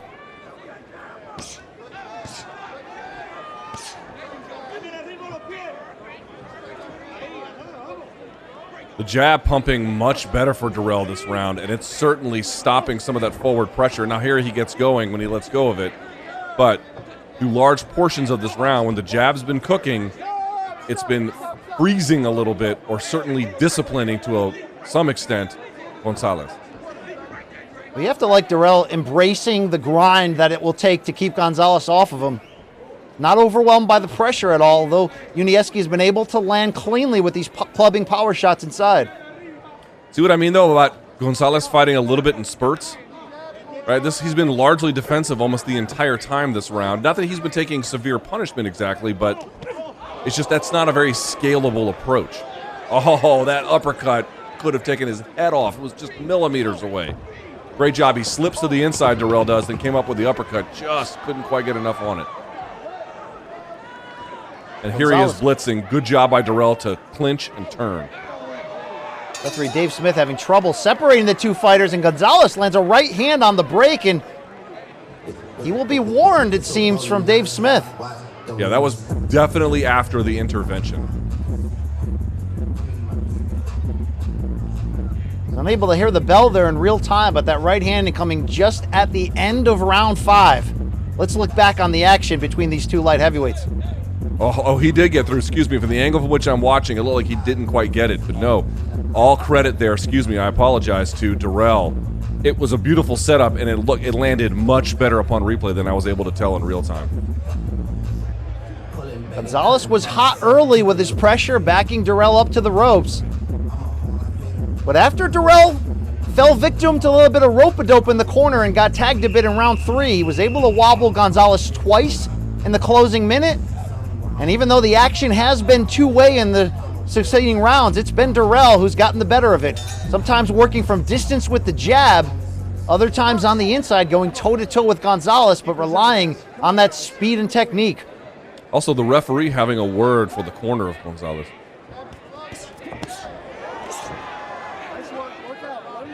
Great job. Nice jab followed up with a shot to the body. These are good combinations now. You're beginning to see Darrell open up, BC. Come over here, guys. Come over here, both you guys. Listen, man, it's a big fight here. You guys stop. Dave Smith admonishing them again. Stop holding, you're losing points. Let's go. March. Time in. Referee warning for the holding, saying he'll take away a point. Darrell on the inside with 2 shots clean. Oh, that uppercut was money for Darrell. Right hand uppercut. Gonzalez landed a right hand counter, which forced Darrell to back up. Great job by Darrell to lean in and turn, and right as the punch was coming to feel it, and then weave through to the other side. Phenomenal job by Darrell.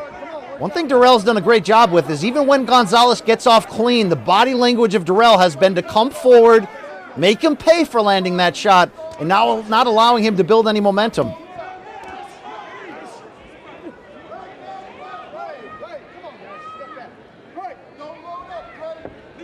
Here you see Darrell pressing in to Gonzalez to really limit any mobility in that closed space. It's hard to know exactly what we were going to see from Andre Darrell here at age 39. Just 6 fights in the last 7 years. But he's come out crisp, he's come out willing, and he's been able to get the upper hand. We close in on the final minute of round 6. Gonzalez still game and still dangerous, but Darrell landing cleanly again on the inside. I gotta say, from my money this round, Gonzalez looking a little bit more languid. Not quite the same physicality that he was imposing earlier in the fight.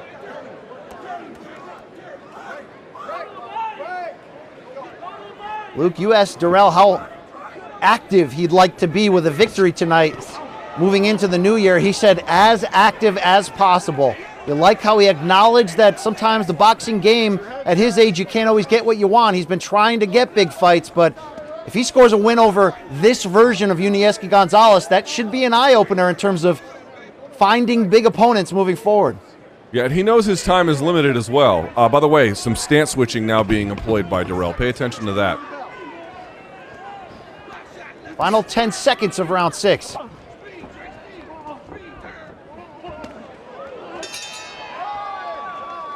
Good pressure from Gonzalez here late. Darrell going back, trying to find those left-hand uppercuts.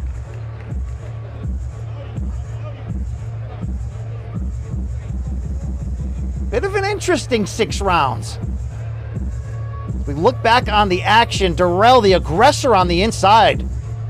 Firing the uppercuts from far away. They didn't land quite as cleanly, but it's a nice shot. There he is, slides to the left, excuse me, to the right. Opens up the combination for him beautifully. That right hand from Darrell on the inside has been money for him, and he's been using the head movement to get out of the counterfire. Impressive work from the 39-year-old.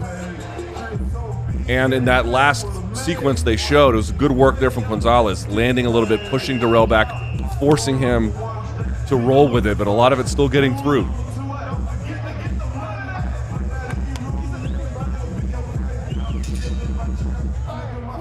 You see trainer Bob Santos now in the corner of Andre Darrell. He's become one of the hot names of the moment. Currently 3 world champions in his stable, all from the Dominican Republic, including Carlos Adames, with that big knockout at middleweight on Showtime in recent months to potentially set up a title opportunity if Jermall Charlo stays in that division. But here we are at the 175-pound weight class, and it's longtime super middleweight standout Andre Dirrell finding a new home in his 3rd fight here at 175.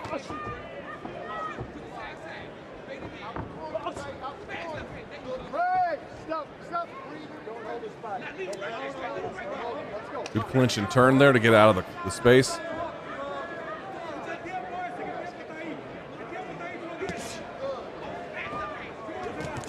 I think Dirrell's reaction early to that aggressive pressure from Gonzalez really made the kind of statement that told Unieski that Dirrell's here to fight, and he's backed it up. Still 3.5 rounds left here, but Dirrell has been able and willing to stand in and fight for this one, and that's been the big part of him seeming to create an advantage and a separation on the scorecards.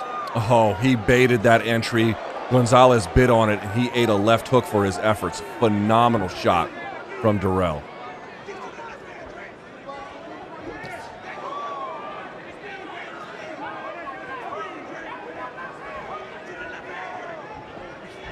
Gonzalez's 4 defeats all have come against world champion or world title challengers, from Jean Pascal to Alexander Vodzik among them.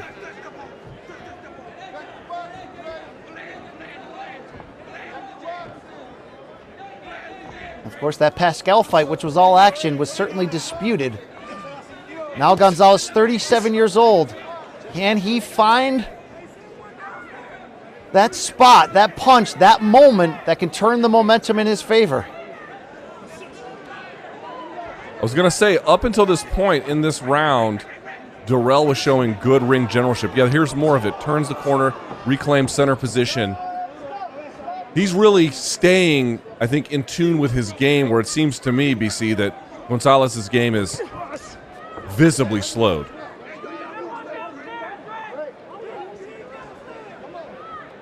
Heavy clinching. The ref's getting a workout. Dave Smith will certainly sweat up the blue shirt on this one as he's been wrestling these two apart. And a big right hand from Unieski Gonzalez.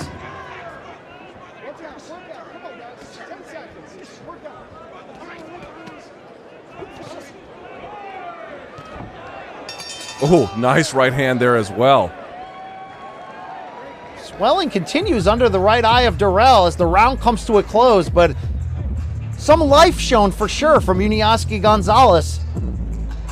7 rounds in the book in our preliminary featured bout. But Luke, the story has been Andre Dirrell. I can't say enough how impressed I am at this age with that type of layoff, the inactivity, the injuries, to come out in a physical fight like this and give us that balance between boxing and, when he's needed to, be the bigger power puncher on the inside. You can see the historic Armory in Minneapolis. Boy, that crowd, they came early, they came hungry. And they're getting a good one here at 175 pounds.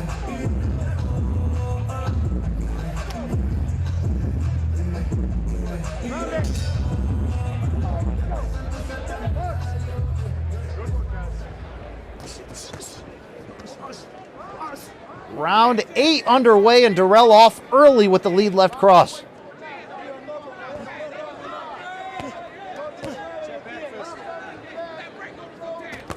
Quick jabs from Dirrell. His pace has not slowed down one bit after that hot start from Gonzalez. And again, you're seeing it. Single shot, single shot, single shot, and then putting a combination together once they've been conditioned to expect single shots. And again, great ring generalship there, defensively anyway, from Andre Dirrell. Gonzalez looking a bit wary here, as his gas tank has been slowly diminished just a bit by the consistent offense from Dirrell.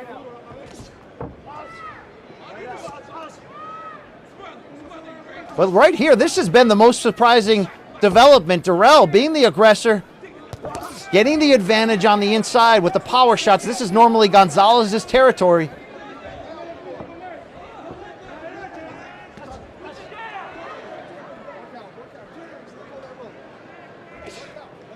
Lean right hand from Gonzalez forces a clinch.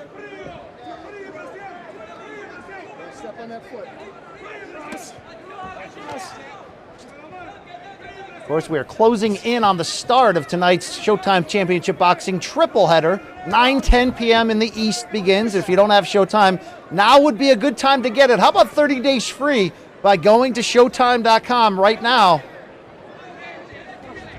But right now in round 8, Durrell continues to control the distance with that quick jab. Good defensive work there and then clinching from Durrell, but he's not throwing a lot in this round. Certainly relative to the last few. I wonder if he's beginning to feel the pace of it all.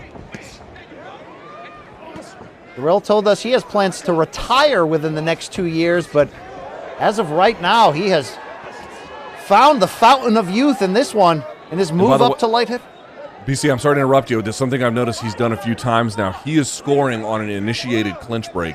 Watch Durrell push off, right, to get Gonzalez going backwards, usually against the ropes too, and then take a quick step back and then throw a right hand over the top. So as they're exiting, it's that in-between space where he's able to take advantage of it and fire over the top. It's great, presence of mind from Durrell.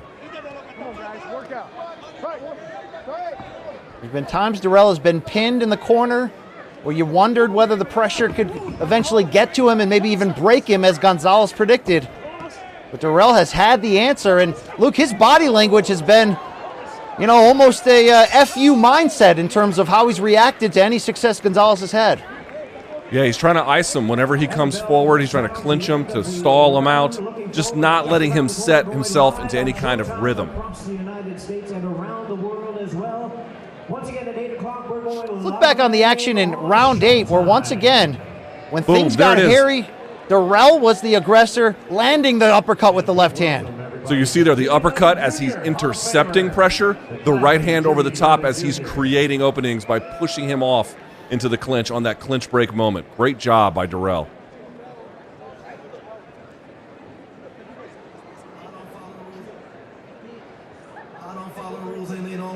Close in on the start of round 9. Seems to be a bit of unfinished business here in Andre Durrell in the larger picture at 175 pounds. He's had a very successful career, had some low moments, of course, injuries, big defeats. But he says he still has the hunger to prove that he belongs and that he's just as good as the big names, if not better, at light heavyweight.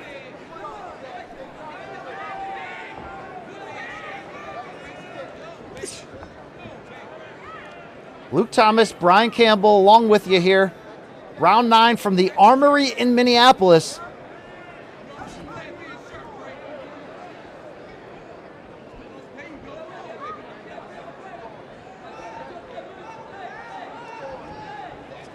Morrell paused with the jab from distance.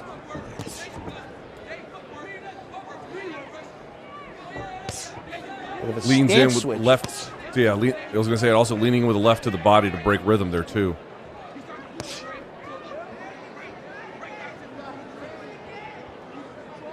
Luke, what would you diagnose for Gonzalez here? He's had some moments. He's been on the outside of Durrell's punch too often in recent rounds. It's got to be put your head down and get inside. Yeah, I would have imagined body work would have been a little bit more important for Gonzalez to slow a guy like Durrell down who's still moving. You see some of it there. He's just having a hard time finding it.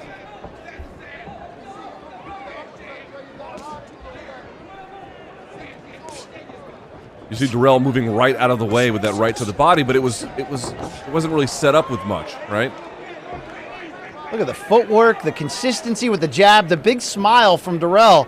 90 seconds to go in round 9. Durrell just looks like he feels good. You know what I mean? Like, he can just tell internally he feels like things are going right, not merely in this fight, but in this moment. And it's, I think, to a degree anyway, elevating his performance. Well, he told us he had big moments in boxing. He loves this sport, but he's also had issues outside of the ring in life, lessons he's had to learn, obstacles he's had to overcome. But he seems to be the better for it, although his back is pinned against the ropes here as we close in on 60 seconds on round 9 to go. A little bit more body work from Gonzalez in this clinched up position this time. Doesn't seem like there's a ton of steam on it, though.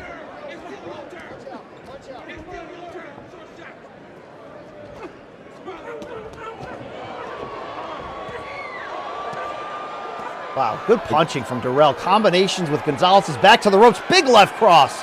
Monster punches, and where do they come from, BC? From the frame and from him pushing off to create the openings.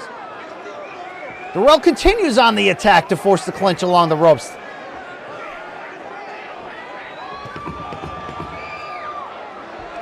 Morrell giving you everything you could ask for at 39, considering the long layoff. He's fresh in the closing rounds, and he's the aggressor here in the big moments to close round 9. Looks to me like Durrell feels like he's got this one in the bag. He probably does, sort of some kind of miracle here. Oh, he's getting counted. Excuse me, I'm not sure what the referee saw here. The glove hit the canvas. Referee Dave Smith seemed to give him a standing 8 count after those clean punches. Will that be ruled as a knockdown? It looked to be Smith was counting him. Let's see if we can get a better look at the close here of round 9. There's that big left hand from Durrell. Durrell going back, again, framing off the right-hand side, drilling him with the left. You can see it right there again, missing a little bit at the end. It seemed as if referee Dave Smith had ruled that the ropes might have held Gonzalez up, although it was a delayed response to the activity, but it did look like Dave Smith gave him a standing 8 count, which is certainly within the rule book if someone's taking uninterrupted accumulated punishment.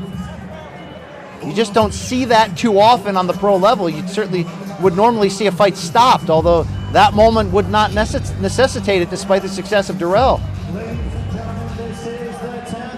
Gonzalez is going to have the biggest round of the fight and probably a finish to win this one. Look at the body language between them. Who wants to be there, who doesn't? Durrell is, as they say, BC, don't kill me, but in his bag. Gonzalez still dangerous, as we know. But Durrell on the offensive to start off round 10. Durrell might be looking for the finish here. It would be one heck of a statement considering the history of durability for Gonzalez, the fact that he's only lost at the highest level. And BC, I got to tell you, the referee's taking a real close look. If Gonzalez doesn't start throwing back here, I'm not saying a stoppage is imminent. That's not exactly what I'm saying. But if it goes on where he's just sort of covering up for prolonged periods in this round, I don't know. He might jump in and call it a day. Either way, this has been a breakthrough comeback performance from Andre Durrell. He looks to finish off a painting of sorts, which has featured slick boxing at times, but when standing and trading was necessary, you certainly like the clean punching, the head movement to avoid counter fire, and overall, just the body language and the attitude from Durrell. This is a new fighter. This is a new man, and he's looking for the finish against Gonzalez in round 10. Yeah, he really has taken the fight by the scruff of the neck in the last few rounds, in particular the last one and this one. That's it. There it is. And that'll go down as a stoppage victory for Andre Durrell. What a comeback performance. Out of the ring for nearly a full year, just 6 fights in 7 years. But at age 39, Andre Durrell had something to prove. And against a very game and dangerous opponent in Yuniesky Gonzalez, he did exactly that. That was very, very well done by Durrell, using his speed and his skills on the outside to do his best work, but never succumbing too much in the clinch. A couple times in the turnbuckle area, so to speak, he was rolling with the punches, fighting his way out, but then using it in the later rounds, BC, to push off, finding opportunities on the clinch break, and then really letting his hands go as the fight wore on. Andre Durrell has a lot to be happy about and should be very proud of himself. He earned it. You see the emotion, you see the celebration, all that time out of the ring. It doesn't matter your name and what you've accomplished. Everyone is human, but Durrell seems to have found the attitude, the perspective, and he certainly still has the physical skills to deliver. But Luke, it was the intention of walking down Gonzalez with big power shots when he needed to.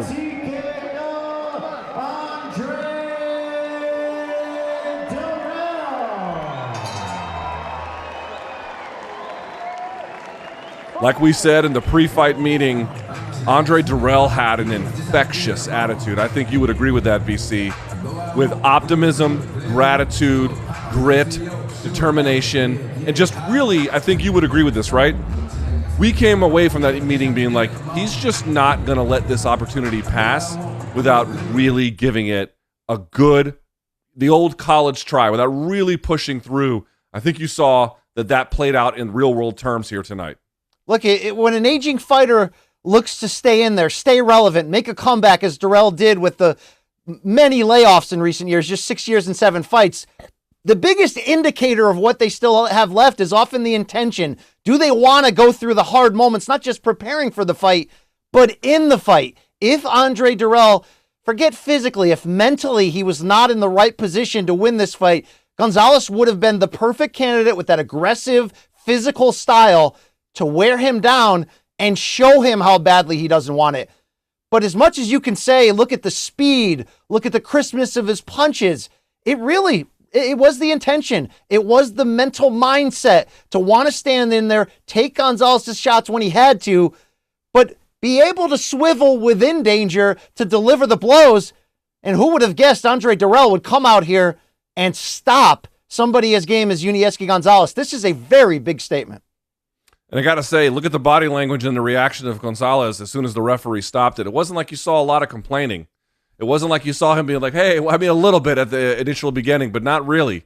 I think he realized that he was getting overwhelmed. If it had been 2 more rounds in a championship contest, he almost certainly would have had him touch the canvas, although that's speculative. It just seemed like it was very much going downhill at the time that Dirrell got that stoppage. But again, skills win fights, right? Skills win fights. Who was the more skilled fighter in different ranges and dimensions? We saw some stance switching. I didn't get a chance to call it out there, but you had, by the way, Gonzalez go past him, and you saw Dirrell just meaningfully go from one stance just to the other. I call it the Hagler switch. Marvin Hagler was famous with that kind of a thing, getting ready for the opportunity. Just much more skilled, many more ways in which to find offense in close, in between ranges, and at long distance range as well. And you have to look no further than that third round for that turning point. Dirrell was backed up into the corner. Gonzalez had effective success early with that pressure, but even though Dirrell was doing a rope-a-dope style that he was getting hit clean, you weren't sure if that was the best use of his powers. It was the body language. He smiled at Gonzalez. He came back with a nasty edge to the way he fought back. This was a mature statement for a fighter who spelled out to us in so many ways in those fighter meetings just how much he has matured in his personal life. Look, people talk a big game ahead of every fight. Everybody's always had the best training camp. But for Andre Dirrell, he could not have asked for a better platform to come out and give an opportunity to show us that he still has it. And then he couldn't have asked for a better performance over 9.5 rounds there until that late stoppage to show us that. Good to see that for Andre Dirrell, who's always been an elite, high-class fighter. And like we talk about with Julian J-Rock Williams, who also had a successful comeback on this card, it's not, your victories that can sometimes define you. It's how you respond to defeat. And tonight, Andre Dirrell, can't say enough of it. He made a very large statement. But Luke, that'll wrap up our Showtime boxing countdown preliminary card. But hey, the box continues from here. 9:10 p.m. Eastern, only on Showtime. It's a triple header. Showtime Championship Boxing from that same ring, the Armory, Minneapolis, Minnesota. We've set it up. We've broken it down. The larger picture at 168 pounds could not be more exciting at the moment. But David Morrell Jr. at 7-0 brings that WBA title into this one against Aidos Yerbossynuly. Luke, when you look at this matchup, what does David Morrell have to do to survive, advance, and continue to call out the big names in this weight class? Well, he has certainly a tough task ahead of him, and without worrying about what the rest of 168, he needs to focus on the task at hand. Again, a very defensively sound fighter. By the way, he's got good offense, too. And their common opponent, he actually finished him off, whereas Morrell got the decision. Again, different circumstances, different realities. But nevertheless, you can see that he's got more of a, I would say he's more of a two-way fighter than Morrell. But if I'm Morrell, it's all about setting the tone. And I think really letting that speed advantage, which I think he will have, power advantage, which I think he will have as well. but just not starting the fight. You don't want to start overly aggressive, obviously, but you don't want to start on the back foot either. This is a fight where you really want to get in your opponent's face and let him know what time it is. Let him know what he's going to be in for. Let him know this is going to be the way it's going to be the entire fight, in your face, backing you up. I suspect that's going to be important as well. And I think also you can see their movement, the good jab from Morrell, really making his offensive tools. He has to make his offense, I'm not going to say be his defense, but his offense has to be, I think, voluminous enough as well to kind of put a guy like Yerbossynuly on the back foot, both literally and metaphorically speaking. Make your offense do nothing more for your opponent than having him reacting to it. So we'll have to see exactly how he gets that done, with what particular keys to the entry points work for him. But this is a guy who's got the skills. You look at it, you say, man, like from an offensive standpoint, there's a lot going right here. Let's see if he can bring those talents to bear against someone else who, as we mentioned before, also has a very good amateur pedigree.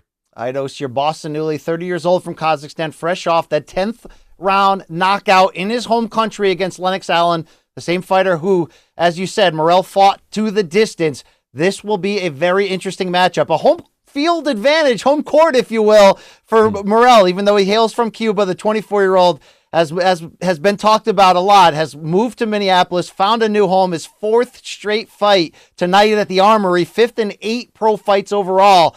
And we talk about all the smoke, which, by the way, the name of another strong Showtime digital series with NBA greats right there. But Morrell wants all the smoke. This is just his 8th pro fight, making another defense of the secondary title. You don't see this too often. He's a young fighter with a lot of confidence. When we saw him in June, he was in the co-main event in this same arena, knocked out Calvin Henderson in 4 rounds, looked to be his most offensively dangerous to date.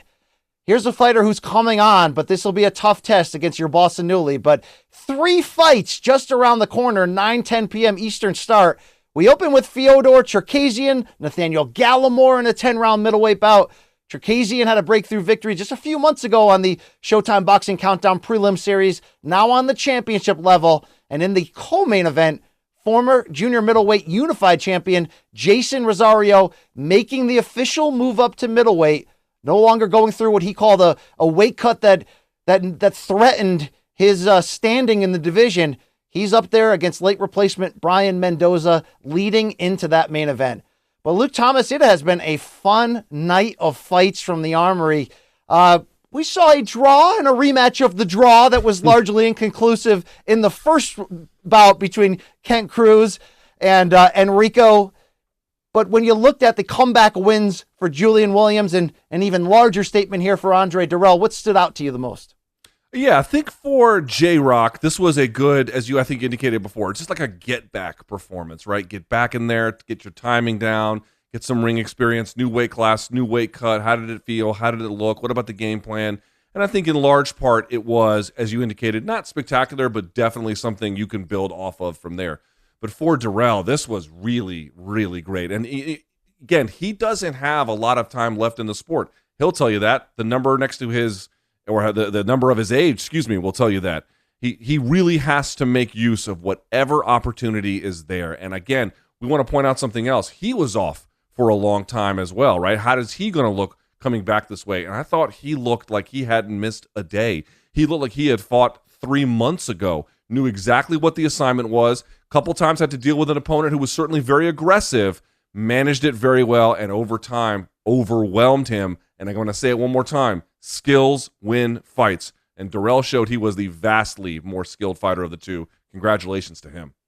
And if you've been watching the Showtime Boxing Countdown preliminary action here on YouTube, we thank you. If you'd like to continue watching tonight's triple header only on Showtime, well, how about you go to Showtime.com right now to start your free 30-day trial. And it's not just boxing, documentaries, and movies, but Showtime Sports is your home for combat sports when you consider, in the addition to Showtime Championship Boxing and ShowBox The New Generation, this is the home of Bellator MMA. And Luke Thomas, you and I cover both combat sports, boxing and MMA, in our 3 times a week Showtime digital series, the award-winning Morning Combat, every Monday, Wednesday, and Friday at 11 a.m. Eastern. But when we look ahead to the Bellator calendar coming up, 2 big cards to note, one in November, one in December. But it'll be Chicago, November 18th. when the finals of the light heavyweight World Grand Prix play out. Vadim Nemkov and Corey Anderson. And how about a lightweight title tilt in the co-main there? Patricky Pitbull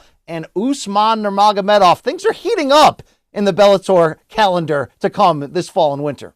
Yeah, no doubt about it. You had that light heavyweight rematch that was supposed to be conclusive, but it ended in controversy. They're going to run it back. Corey Anderson trying to prove that he's the best light heavyweight in the world. We'll see if he can get that done against a very tough Vadim Nemkov. And everyone knows who Khabib Nurmagomedov is. Well, Usman Nurmagomedov, certainly from the Nurmagomedov family. Let me tell you something. He's not like Khabib. He's his own guy, but he's a hammer too. Patricky Pitbull is the champion. We'll see how for much longer when he has to take on that monster from Dagestan, Russia. And the other Bellator date on the calendar, the big one to circle, it's going to go down from the Mohegan Sun Arena in Uncasville, Connecticut, December 9th. We talked about Nemkov and Anderson fighting for that $1 million prize and the world title in the finals of that World Grand Prix. How about this bantamweight tilt between interim champion Raufeon Stots and Danny Sabatello? Luke, December 9th is going to be fireworks, probably from what happens inside the cage, but how would you describe the build for Stots and Sabatello to get to this point outside of it? Danny Sabatello is a 1980s movie villain put into a wrestler's body.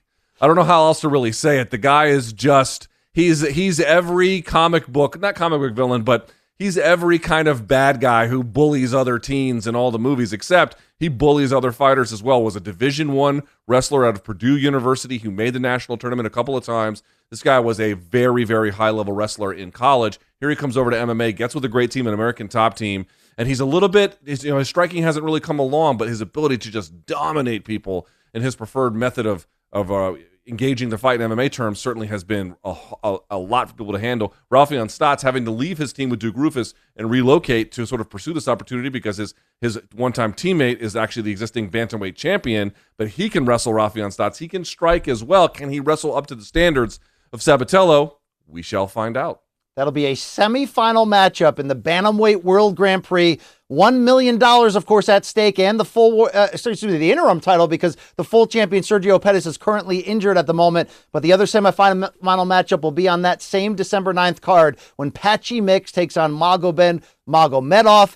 And in the co-main event, a women's flyweight title tilt as Liz Carmouche welcomes former champion Juliana Velasquez in a rematch of their somewhat disputed title change, and somewhat being maybe a light way to sum it up. But a lot to get into on the combat sports calendar. Showtime is your home, and in less than 15 minutes, it's going to go down. The triple header from Minneapolis. Morrell, Yerbossynuly in the main event, and we've been happy to bring you some fun prelim action. Big comeback victories from J-Rock, from Andre Durrell. It's been a fun night, Luke Thomas. People can catch Morning Combat, our offering, the biggest stories, news, fight previews, fight reactions to combat sports every Monday, Wednesday, and Friday, 11 a.m. Eastern on YouTube. We hit you up late night Saturdays after the big events with instant reactions, so much bonus, big time interviews, and so much more. You know, Luke, they give us awards for this. I mean, it's got to mean something, right? It means something. What that means, I guess the people who watch can decide. We hope you have enjoyed your decision to watch us tonight. Not much left to say here. For Luke Thomas, I am Brian Campbell. Big time boxing right around the corner. Enjoy. We out. It's time to start a new chapter. Bundle Paramount Plus with Showtime. Now show me what you can do. Stream it all in one place. Hello, Misty. It's been a while. New job, new day. I'm not the same guy that I used to be. Oh, what a shot! I think I'm in love. Stream Paramount Plus with Showtime. Bundle and save today. It's been weeks since leaving Tars Lamora for good. Plot a course. That dream of finding a place where we can be accepted is becoming real. You know where I came from? Not where, but who. We're ready to take your orders. Captain. Star Trek Prodigy. Stream with your family. Exclusively on Paramount Plus. On Saturday night, triple header of fights coming your way. The main event. He is the unbeaten David Morrell taking on another undefeated fighter, Aidos Yerbossynuly. Two hungry fighters. I hope that he's not too hungry because there's nothing for him to eat. It's hunting season right now in Kazakhstan. So I'm going to hunt for the Morrell. I'm going to take this belt. Time now for me to show what I can do and what the rest of the division has to brace for. Cubans are good in amateurs. In professionals, I didn't see any good Cubans. Man, really? You don't mess with the people in Cuba. You can mess with me, no problem, but you don't mess with the people in Cuba. I don't want to talk a lot. My fist will talk at the fight. Two power punchers with dynamite in their hands. 167.25 pounds. 166.5 pounds. Right now he's personal. I'm going to take this belt with me to Kazakhstan.